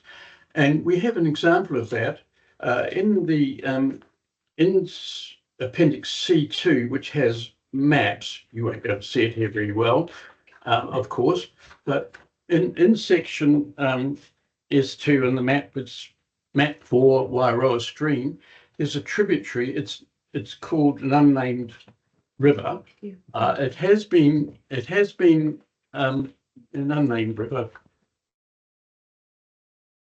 You probably can't see it, but you would have to perhaps see it afterwards. But the unknown river actually has been named. It's a tributary to the mainstream, and Ngāti Rehia have actually named it Te Tahawai. We have actually gone 450 metres up this with the Friends of Wairoa Stream, but the remainder of it is identified as Esplanade priority all the way up to Mairaneri Drive, but for whatever reason, subdevelopment has been permitted, and the council chose not to actually implement it. So there is no particular need to be concerned of so-called uncertainty. Council need not do it. I think we are particularly concerned too about, it's already been mentioned, about an impending subdivision being property along Kerikeri River. That is marked with an Esplanade priority at the moment. It's absolutely critical to us that Esplanade Reserve is taken there. Removing it from the map when subdivision is imminent doesn't seem sensible to us. There are gaps in the existing Esplanade priority, and these can be bridged by sometimes other means. It could be an Esplanade strip, or sometimes easements are required, and we understand that. Sometimes you cannot take if there's no subdivision going on, you can't take fill the necessary gaps. And on Wairoa Stream, I actually had to do it, negotiate with the Help of Walking Access Commission 2 easements. So there are other means, and they are important. These things, a strip and an easement, are voluntary, and we understand voluntary things can work. And on Wairoa Stream, we had willing landowners and no obstacles were placed in our path. But and we do support that. So there are alternatives. But on the whole, we would like to see Esplanade reserves and taken when the subdivision occurs, and we would also like to see the mapping continue. I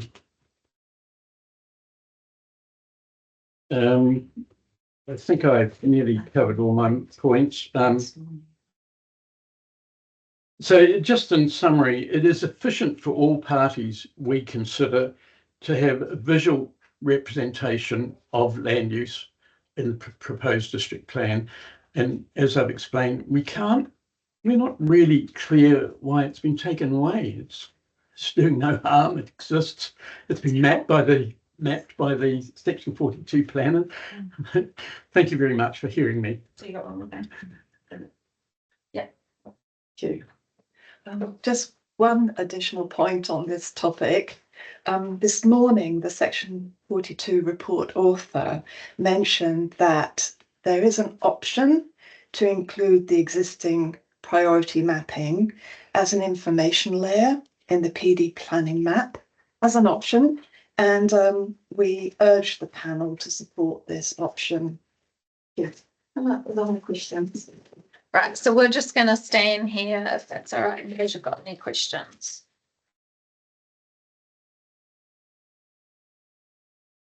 Thank you very much. As per all of your, can you hear me?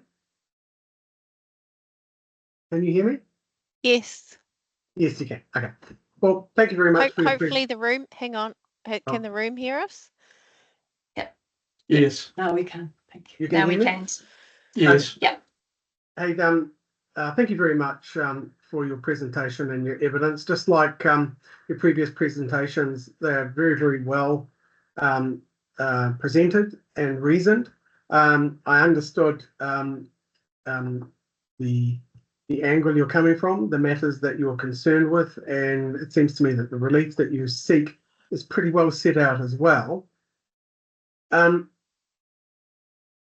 You gave some evidence on the use of Esplanade provisions on land use applications, and I'm just sort of wanting to just sort of go and just have you confirm what triggers are you looking for from land use? What sort of land use activities are you looking to trigger Esplanade provisions that a subdivision consent wouldn't?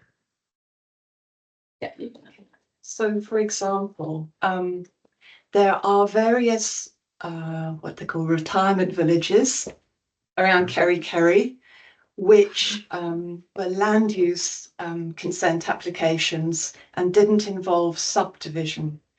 And so We understand, well, there are plans for at least one more large retirement village and possibly another 5 in total. And we feel it's very important that esplanade reserves can be taken where relevant, associated with these land use consent applications. At the moment, it would be a voluntary thing, if any. Does that answer your question? Yes. I was also wondering whether you were looking for a trigger for when development occurs on land over 4 hectares. Is that one of the outcomes you're seeking as well? Yes, it is. Yeah. Yes. Especially priority areas. Yes. It shouldn't matter what size it is. If it's a priority area, then we need to do everything possible to protect that. Yes. But if that it's under area. 4 but if it's under 4 hectares, it's automatically taken. Yes, under 4, Right. correct. So you'll look. I'm just wanting to understand. So you're looking at using land use provisions to trigger development on sites over 4 hectares, which aren't intended to be subdivided. Is that like where your yes. retirement villages fit in particularly? Yeah. Yes. Because retirement Anything over villages 4 are hectares. often over 4 hectares, right? Yes. Yeah. Yes. We've got 2 examples of that, Arvida and also Orchard Estate, very large developments, housing developments, and both of them actually, in the case of Arvida, it was negotiated, the Esplanade Strip. It was done by negotiation, and it was taken, and for Orchard Estate, but the same thing, but they were both actually had Esplanade priority. Actually, they were both mapped. And so the developing people on both occasions knew that the council had an interest, and it was discussed and worked through. Yes, so we identified 2 areas which we think really should be high priority for Esplanade priority mapping and taking Esplanade. Those are the areas in urban zones and general residential, and also areas that will link town centres. So, for example, between Waipapa and Kerikeri, there's some rivers and tributaries that would provide the opportunities for creating cycleways and walkways, which we desperately need. And we think it would be very important for them to have some kind of priority mapping, just to signal to all developers in future that this is something significant and important. We'd like to think the spatial plan that's underway would highlight all of these key areas, but of course the timing of that doesn't align with the PDP, same with the financial contributions. So, I mean, in a perfect world, that would all be sorted by now, but of course it's not a perfect world, but yeah, just planning succinctly and together and integrated and having rules so it's very certain and known by, developers and landowners would be it would be so much more efficient than negotiating. And it's just such a critical part of Kerikeri that we're really worried about it. Yeah. Okay. No, thank you. You've clarified that very well. I'll see if the other commissioners have some questions for you. Commissioner Kensington. Yes, thank you all for your comprehensive presentation today and summary of your submissions. Just on the matter of the priority areas, that's pretty loud and clear to me about what you're seeking. You're open to expanding these to other areas of the district, but really your focus is on Kerikeri and the remaining 30% that haven't been taken up yet. And I guess, would you be open to, if they were to remain or come over into the new plan from the operative plan, limiting it to those 30% that are still outstanding and calling them the Kerikeri priority area Esplanade reserves as a real targeted kind of outcome? Is that something you'd be interested in? Something to review. Yes, I think so. I suppose it could be reviewed to make sure there was nothing that needed to be added, but certainly The other two districts geographically appear not to have needed it or have never required it. So, of course, limiting it to Kirikiri would make sense. The only reason we've tried to make it more expansive is because of the nature of bureaucracy. It's tiny if everyone's the same, but we're all different. And the three separate wards are geographically different. But of course, it is really, we're talking about largely the urbanised part of Kirikiri, but the other urban towns would be welcome to it from our position. Yeah, and what you're saying is it's already there. Let's keep it there. Let's not throw it out. Yes, exactly. Perhaps enhance it. I mean, Waipapa is probably a 10k round trip to get to and back between Kirikiri and Waipapa, and yet it's really just, you know, we just don't have a direct route. So I think there are some perhaps some enhancements that need to be done just to bring it up to today's growth and maybe the population growth and the spatial plan areas for growth, which I know they're working on. But, you know, we've got essentially five rivers to cross here. So it makes it extremely challenging. Yes. Yeah, particularly for walking and cycling. Yes. And there's none that are direct. It's all, you know, longer to cycle and walk than it would be to get in the car. So, yeah. Yes, geographically, the roads here are all along the ridges and above the rather steeply incised valleys.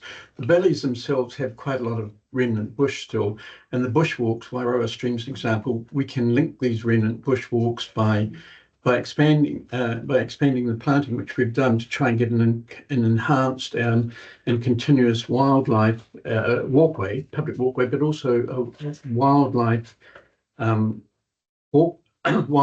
safe wildlife corridor. It's done voluntarily, and it is true that there are other esplanade reserves already that this hasn't happened to. But the community is actually quite alert to doing things and banding together, and we know the council doesn't have enough resource of its own. And with a bit of encouragement, the council behind us and a few opportunities with getting the appropriate space, we can do it.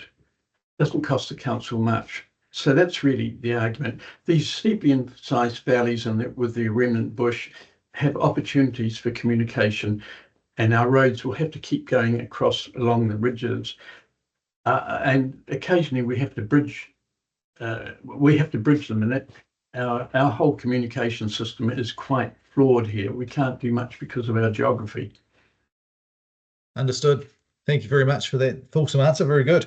My next question, I can't remember who mentioned it, but in terms of development contributions, financial contributions, you mentioned that Far North District Council is only one of 3 councils in New Zealand that don't have such provisions. Is that in the district plan?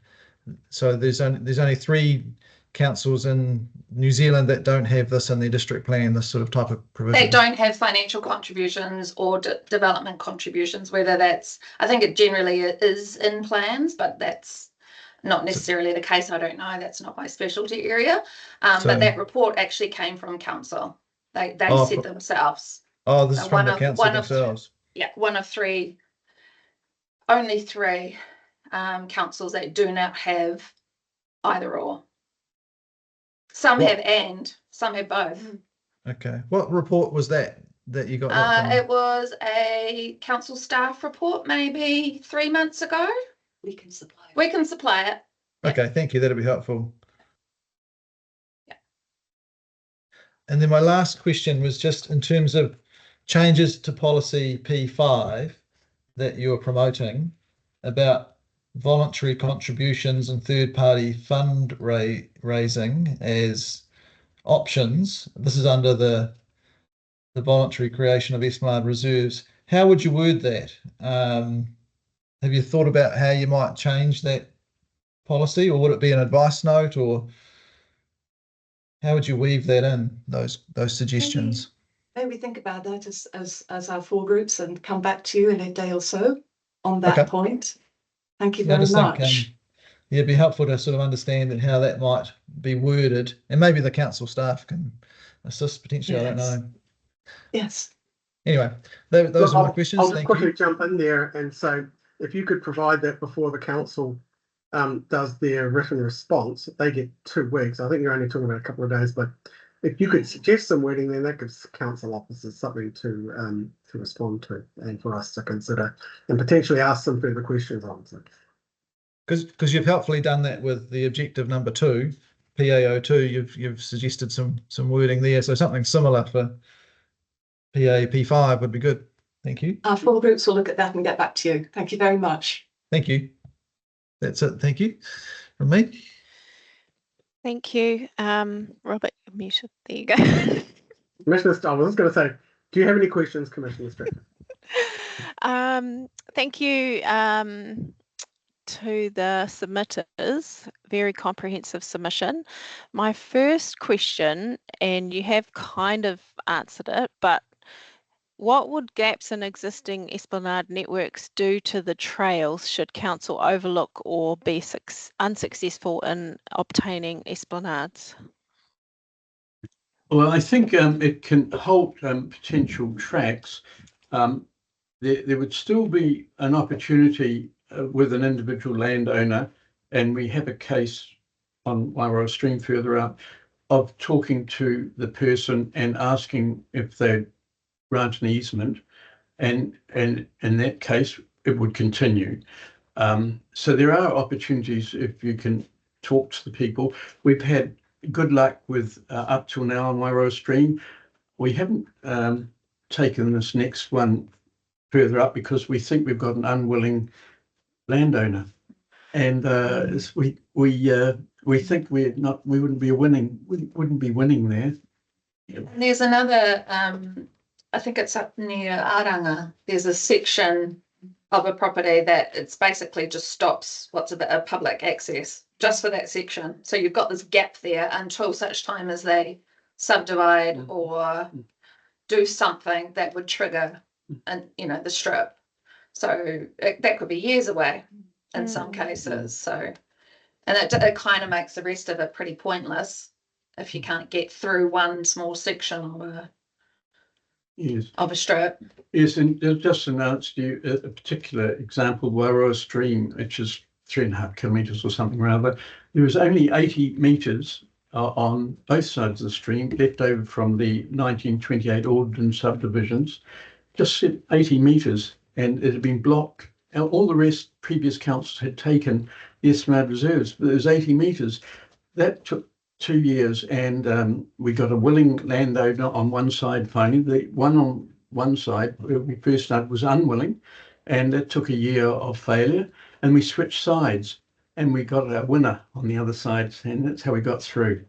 Yes. But that's a lot of effort. That's a lot of volunteer time. That's a lot of, a huge amount of contribution. To build a bridge. And having to build a bridge to get over to the other side. To be able to continue on. It just seems crazy. Thanks for that. Just speaking to what was somebody mentioned the open spaces strategy. Then there was the Kirikiri Waipapa spatial plan. Do you recall any previous plans for Kirikiri and Waipapa that had limited implementation by the council? And if such plans had been included in the district plan, do you think more progress could have been achieved? Oh, you mean in general? Did you mean 2007 structure plan would be one? Yes, that talked a lot about the natural environment and connectivity and also talked about the urban environment, the central business district. Yes, indeed. Yes, before that there was another failed structure plan, the 2001. That failed first. That went into oblivion. That never lifted off at all, and the new council, FNDC started again in 2007 and did pass the structure plan.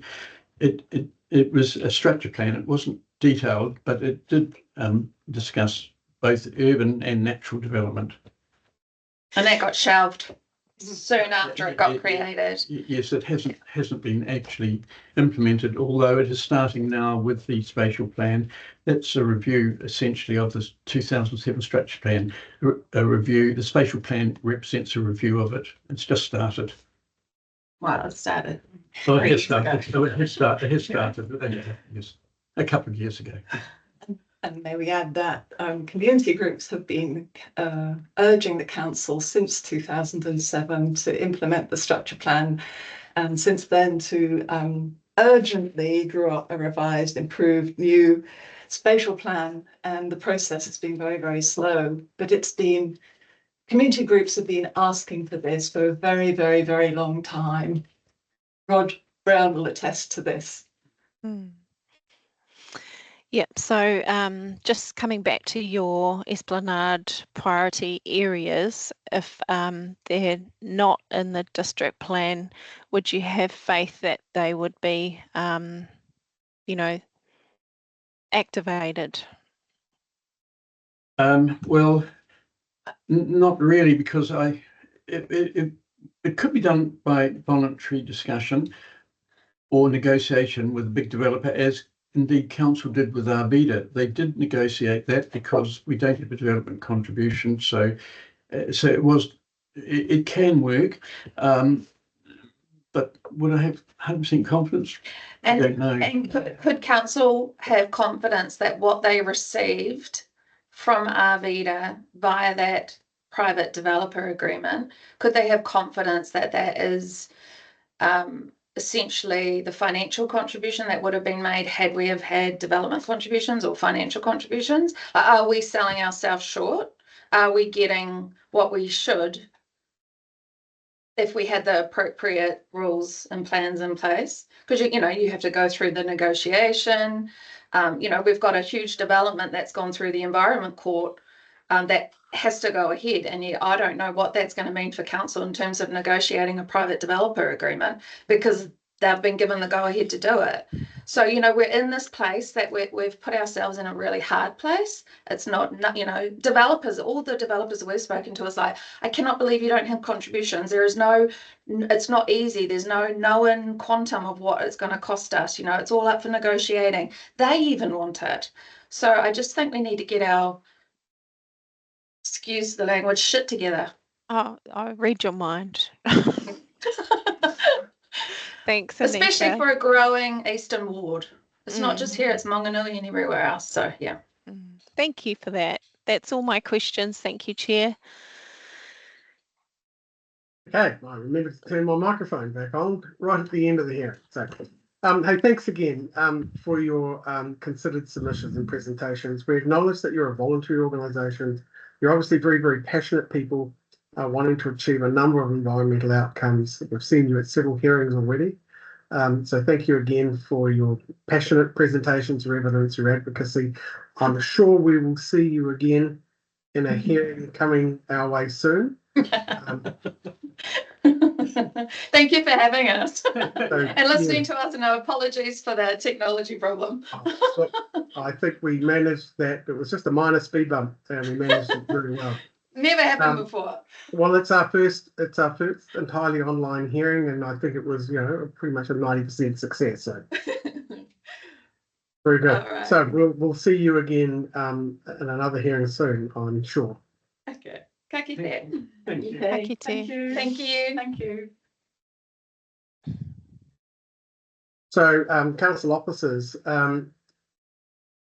we'll give you the opportunity to respond verbally prior to your written response. If you'd like to take a little bit of time to gather your thoughts, we'd be happy to grant you a short adjournment.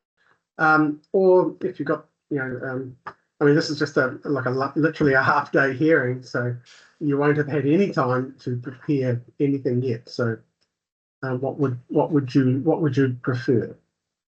Perhaps if we could just have 10 minutes to have a discussion amongst ourselves, and then we could come back on at 11:20. Yeah, sure. And I can Let's deliver make the it. right reply then. Yeah. We'll give you 15 minutes. Okay. Not just 10. But I just want to ask a question of Ms. Wooster if she's still there. Are you there, Tammy? Yes, I'm here. Hello. Hello. Look, I'm just sort of thinking, I understand that council's looking to develop a financial contributions policy and introduce that to the district plan, and or a development contributions policy. That is correct. So That's council correct. initially started a process looking at development contributions. Mhm. And as part of that process, it was investigated also whether financial contributions was also a good pathway. So it's been mentioned during the hearing that, the proposed district plan doesn't have financial contributions in it. The reason for that at that point in time when we notified, council was taking a position that development contributions was the direction that they were going to head in. Yeah. Since then, it's been determined that financial contributions might be a quicker pathway for council to take. We do have a lack of information to understand our infrastructure, where it makes it quite challenging to progress development contributions currently.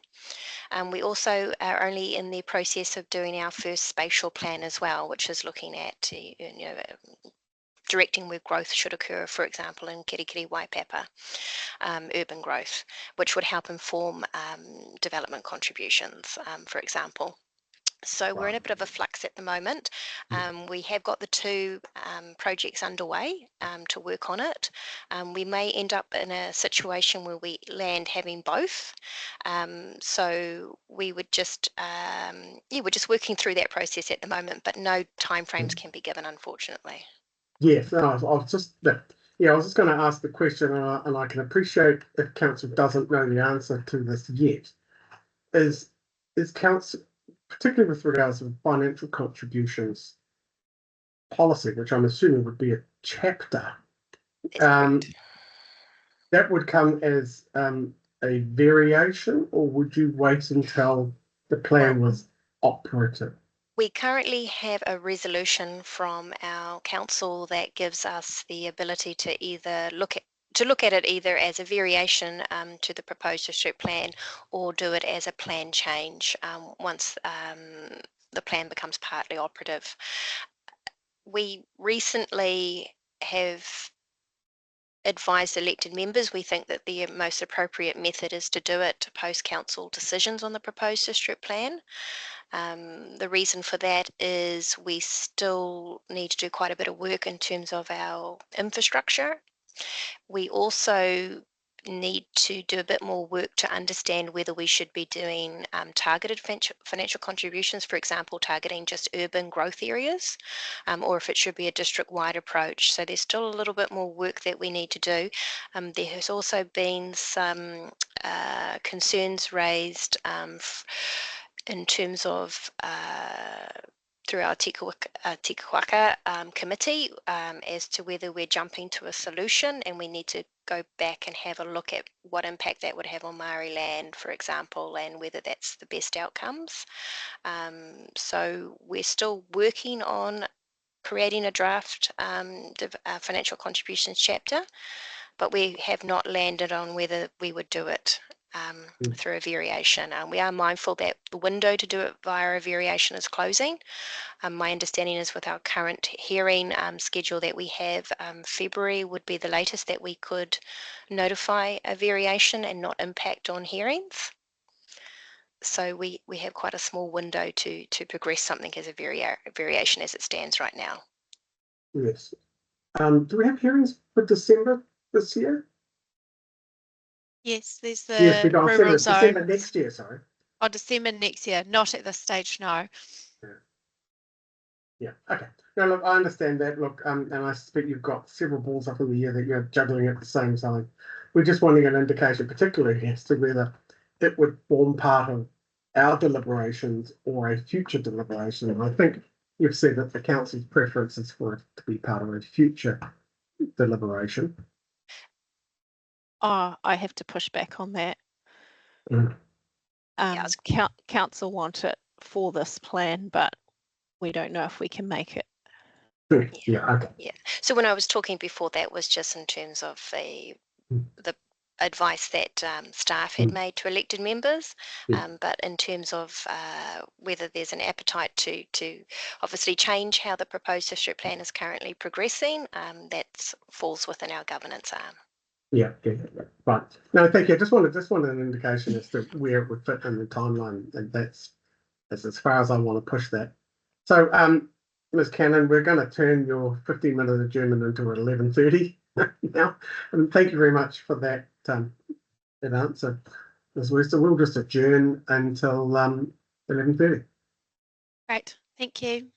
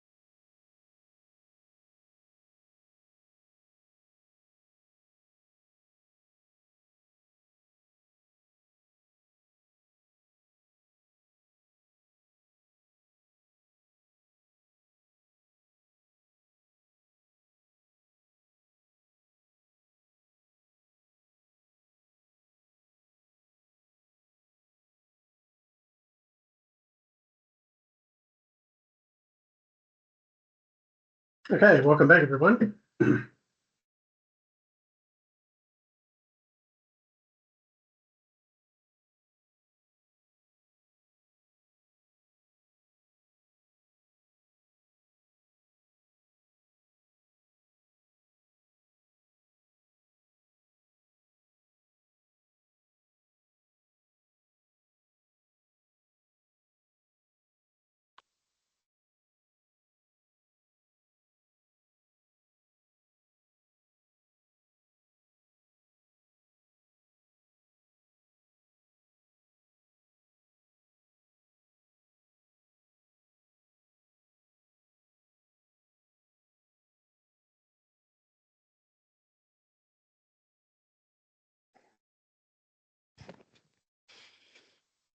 My ADHD, I got distracted doing something else. At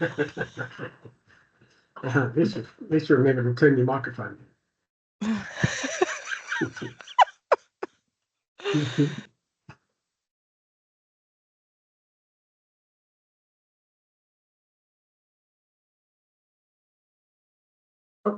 Next, Jamie. Hello. Okay, kia ora, Ms. Cannon, are you ready to proceed? I think we've got everybody here, unless there's someone's here that's here. No, I think that's everyone. Yes, I'm happy to go ahead. Thank Okay. you. So my name is Jamie Cannon and I'm the author of the Section 42A report for the activities on surface of water and public access topics for the Far North proposed district plan. This is my verbal right of reply based on written and oral evidence presented by submitters at hearing 5. At this hearing, we've heard from 5 submitters: Northland Federated Farmers, Vision Kirikiri, Our Kirikiri Community Charitable Trust, Carbon Neutral Trust and Kapiro Conservation Trust. I acknowledge the points raised and thank the submitters for their contribution. I will briefly summarise my position on the key matters discussed at the hearing, followed by a response to any specific questions raised by the hearing panel. For succinctness, I will not comment on themes or submission points that have not been discussed at the hearing. For themes that are not discussed, I maintain the position as set out in my 42A report. First key theme is access over private land. So Federated Farmers have sought a new objective and policy recognising private property rights, and that the overview of the public access chapter is amended to make it clear that access is not available across private land unless it's with permission from the landowner. Federated Farmers have raised concerns about trespassing and seek that access across private property is limited when access will be unsafe or will disrupt farming activities. In response to these concerns, I note that when unformed paper roads are involved, public access is provided for. And in relation to esplanade strips, there is the option to have limitations written into the instrument in terms of timing of public access across the land. I do acknowledge that there's no general right of public access across private land and that farmers have valid reasons to deny access across their private land. Owners of private land have the right to exclusive occupation and enjoyment of that land, and I understand this right is enforceable under the provisions of the Trespass Act 1980. In my view, the public access chapter is appropriate and consistent with the outcomes sought by the higher order direction.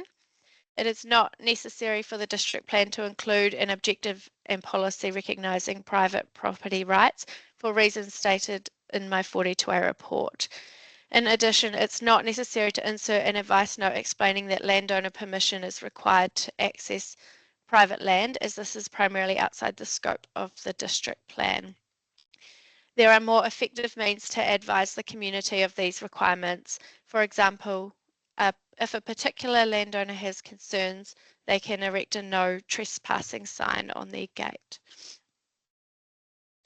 With respect to Esplanade priority areas, a number of submitters have sought the reinstatement of Esplanade priority areas. In my 42A report, I recommended that these are not included on planning maps as approximately 70% have already been activated and are vested as council reserves. In most cases, for the areas that are not already activated, future subdivision of these sites will trigger the requirement for a 20-metre wide esplanade reserve. I acknowledge the points raised by submitters that the esplanade priority area indicates a visual representation of council interest in future esplanade provision. After hearing the evidence today, myself and the council staff will further discuss the merits of identifying the remaining 30% of esplanade priority areas as an information layer on council maps, and we will confirm our position in the written right of reply. In terms of esplanade reserves for land use consent applications, a number of submitters are seeking that esplanade reserves are required for land use consent applications, not just subdivision, including for retirement villages where the land is often 4 hectares or more in size. The proposed district plan approach does not require esplanade reserves for land use activities, as these can only be taken as a financial contribution by way of a condition on a land use consent if there are rules in the district plan about financial contributions. As we are aware, the PDP does not currently include financial contributions, which means esplanade reserves cannot be taken as a financial contribution by way of a condition on land use consent. However, voluntary creation of esplanade reserves for land use activities is encouraged for relevant sites in the proposed district plan through policy PAP5. In addition, there are other methods to secure public access outside of the district plan and RMA processes, including easements, marginal strips, access strips, or negotiated agreements with landowners. We acknowledge further guidance on these other methods would be useful for plan users, as suggested by the submitters. We understand that submitters... Sorry, Ms. Cannon, I'm yes. feverishly trying to type as you speak, and you put that list of other methods. Could I just sort of get you to back the truck up a little bit? Yes. And give me that list again, please? Yep. Easements. The easements, marginal strips, that's where I got. Access strips. Or negotiated agreements with landowners. Isn't access strips part of the esplanade areas provisions? Access strip, I think it's referred to in one of the policies. Okay. Yes. So it's just like it's like an alternative. It's an esplanade strip to get to an esplanade strip. In other words. Yeah.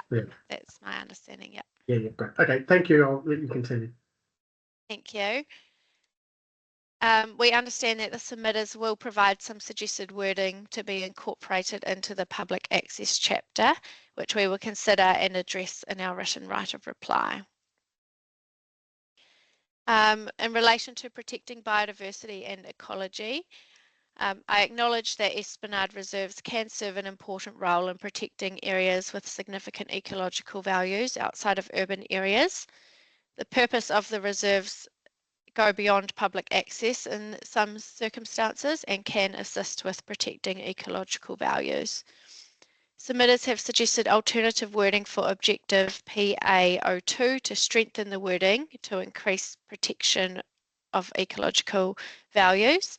However, I acknowledge the points raised, but for the reasons stated in my 42A report, I consider the key chapter of the district plan that achieves this purpose is the ecosystems and Indigenous biodiversity chapter, and further protection of these values within the public access chapter could lead to unnecessary duplication or conflict.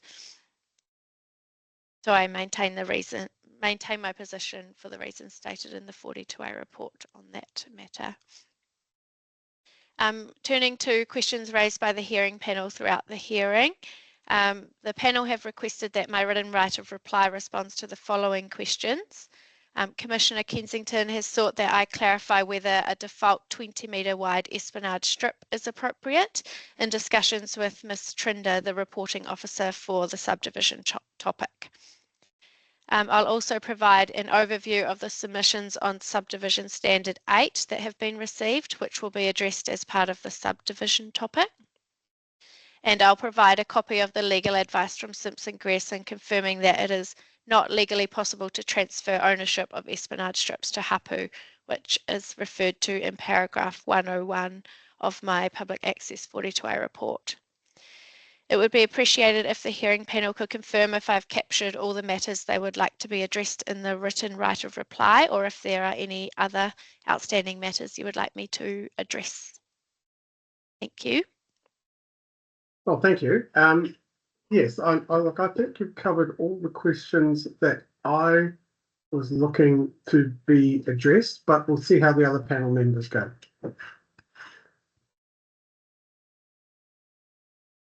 Commissioner Kensington, any further matters? No, I think that captures everything from on my list. So well done. Thank you.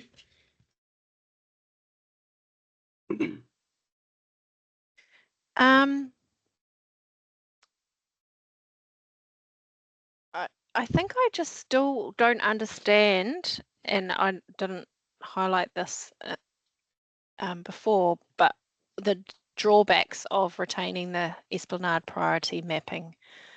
I really don't understand. Yeah, so maybe reiterate that. In the right of reply, yes, I can. Is that all right, Chair? It in the written right of reply, yeah, absolutely. So, Commissioner Stratford, are you saying you want to hear further comment on why it wouldn't be appropriate to include the priority areas? What's the issue of operationally keeping it in there for the last 30% as opposed to an information layer? Yep. And perhaps Ms. Cannon, some further discussion on why you don't think that's appropriate or necessary. Does that articulate your question? Yes, because what I hear is, there's only 30% and minimal, but that's a huge on the ground connectivity wise, that's a huge gap for community. So I think that your perspective is very different to those on the ground. Yeah. So try to help me understand it more. Thank you. And possibly, if I just might add to that, the submitters made the point about the word uncertainty in your paragraph 69, and maybe just elaborating a bit further on that would be helpful in your reply. Yeah, can do. Thank you. Thank you.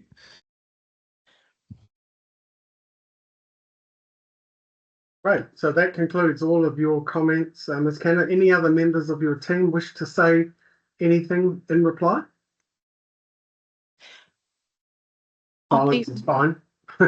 Before you wind up there, the report that Anika was going to send on development contributions and financial contributions, would it be helpful for the panel to have the staff, perspective on that? I'm not sure what report she's in receipt of. If appropriate, I could probably talk to that. There has been a number of council items that have gone up. Also, there has been internal workshops where there has been assessments made in terms of, what position other councils take. I can't say off the top of my head if that's exactly what I've seen myself, but I definitely know that that type of information has been presented to elected members. So we'd be able to either, I'm sure, source the information for the panel, or alternatively would be able to confirm that through our own internal assessments that we've had. Thanks. I don't know if Robert and Peter need it or not, to be honest. Well, really, I mean, I was just asking the question to make sure that the facts were correct, and if there's any information that we needed to know out of it, potentially there may not be, and the reply on the whole, further piece of work that's been done around development contributions or financial contributions might be enough to satisfy what we need to know. Yeah, so. I can certainly confirm the majority of councils do have in place one of those mechanisms. Okay. Thank you. Thank you. Okay, so assuming there is no more comments from any other council officers, we will now move to have a closing karakia, and then adjourn this hearing. Ms. Wilson, did you want to say something? Or did you just No, turn the sorry, I was camera just on? coming online for the closing karakia. Okay, no, Kapai. that's fine. Okay, that's okay. I had interpreted anyone turning their camera on as being I want to speak, so that's all right. Anyone can turn their camera on now for the karakia, which Commissioner Stratford, you're going to do that one as well? Certainly, yep. Thank you, Chair. Kia tau, kia tātou katoa, te ata whai o tō tātou araki o ihi karaiti me te aroha o te atua me te whiwhinga tahitanga ki te wairua tapu, ake, amene. I couldn't translate that one fast enough for you, sorry. Everyone, well-being, aroha, yeah, all of that. Amen. Well-being and araha. That sounds like a perfect summary to me. Okay, well, thank you very much, everybody. We'll be adjourned until such time as we receive the 42A response, and then the panel will convene to do some interim deliberations to see where we get to on there. Otherwise, please look after yourselves, and we'll see you for hearing 6, which is coming up in a few weeks' time. But you won't be seeing me, you'll be seeing Commissioner Smith for the next 2 hearings, and then I'll be along in hearing 8, whatever that hearing ends up being. I think we're yet to determine what hearing 8 will be. So thank you very much for your attendance, and we're adjourned until then. If I can just get the commissioners just to stay on the line here, perhaps with Sure. you too. Okay. Okay. Yeah, I'm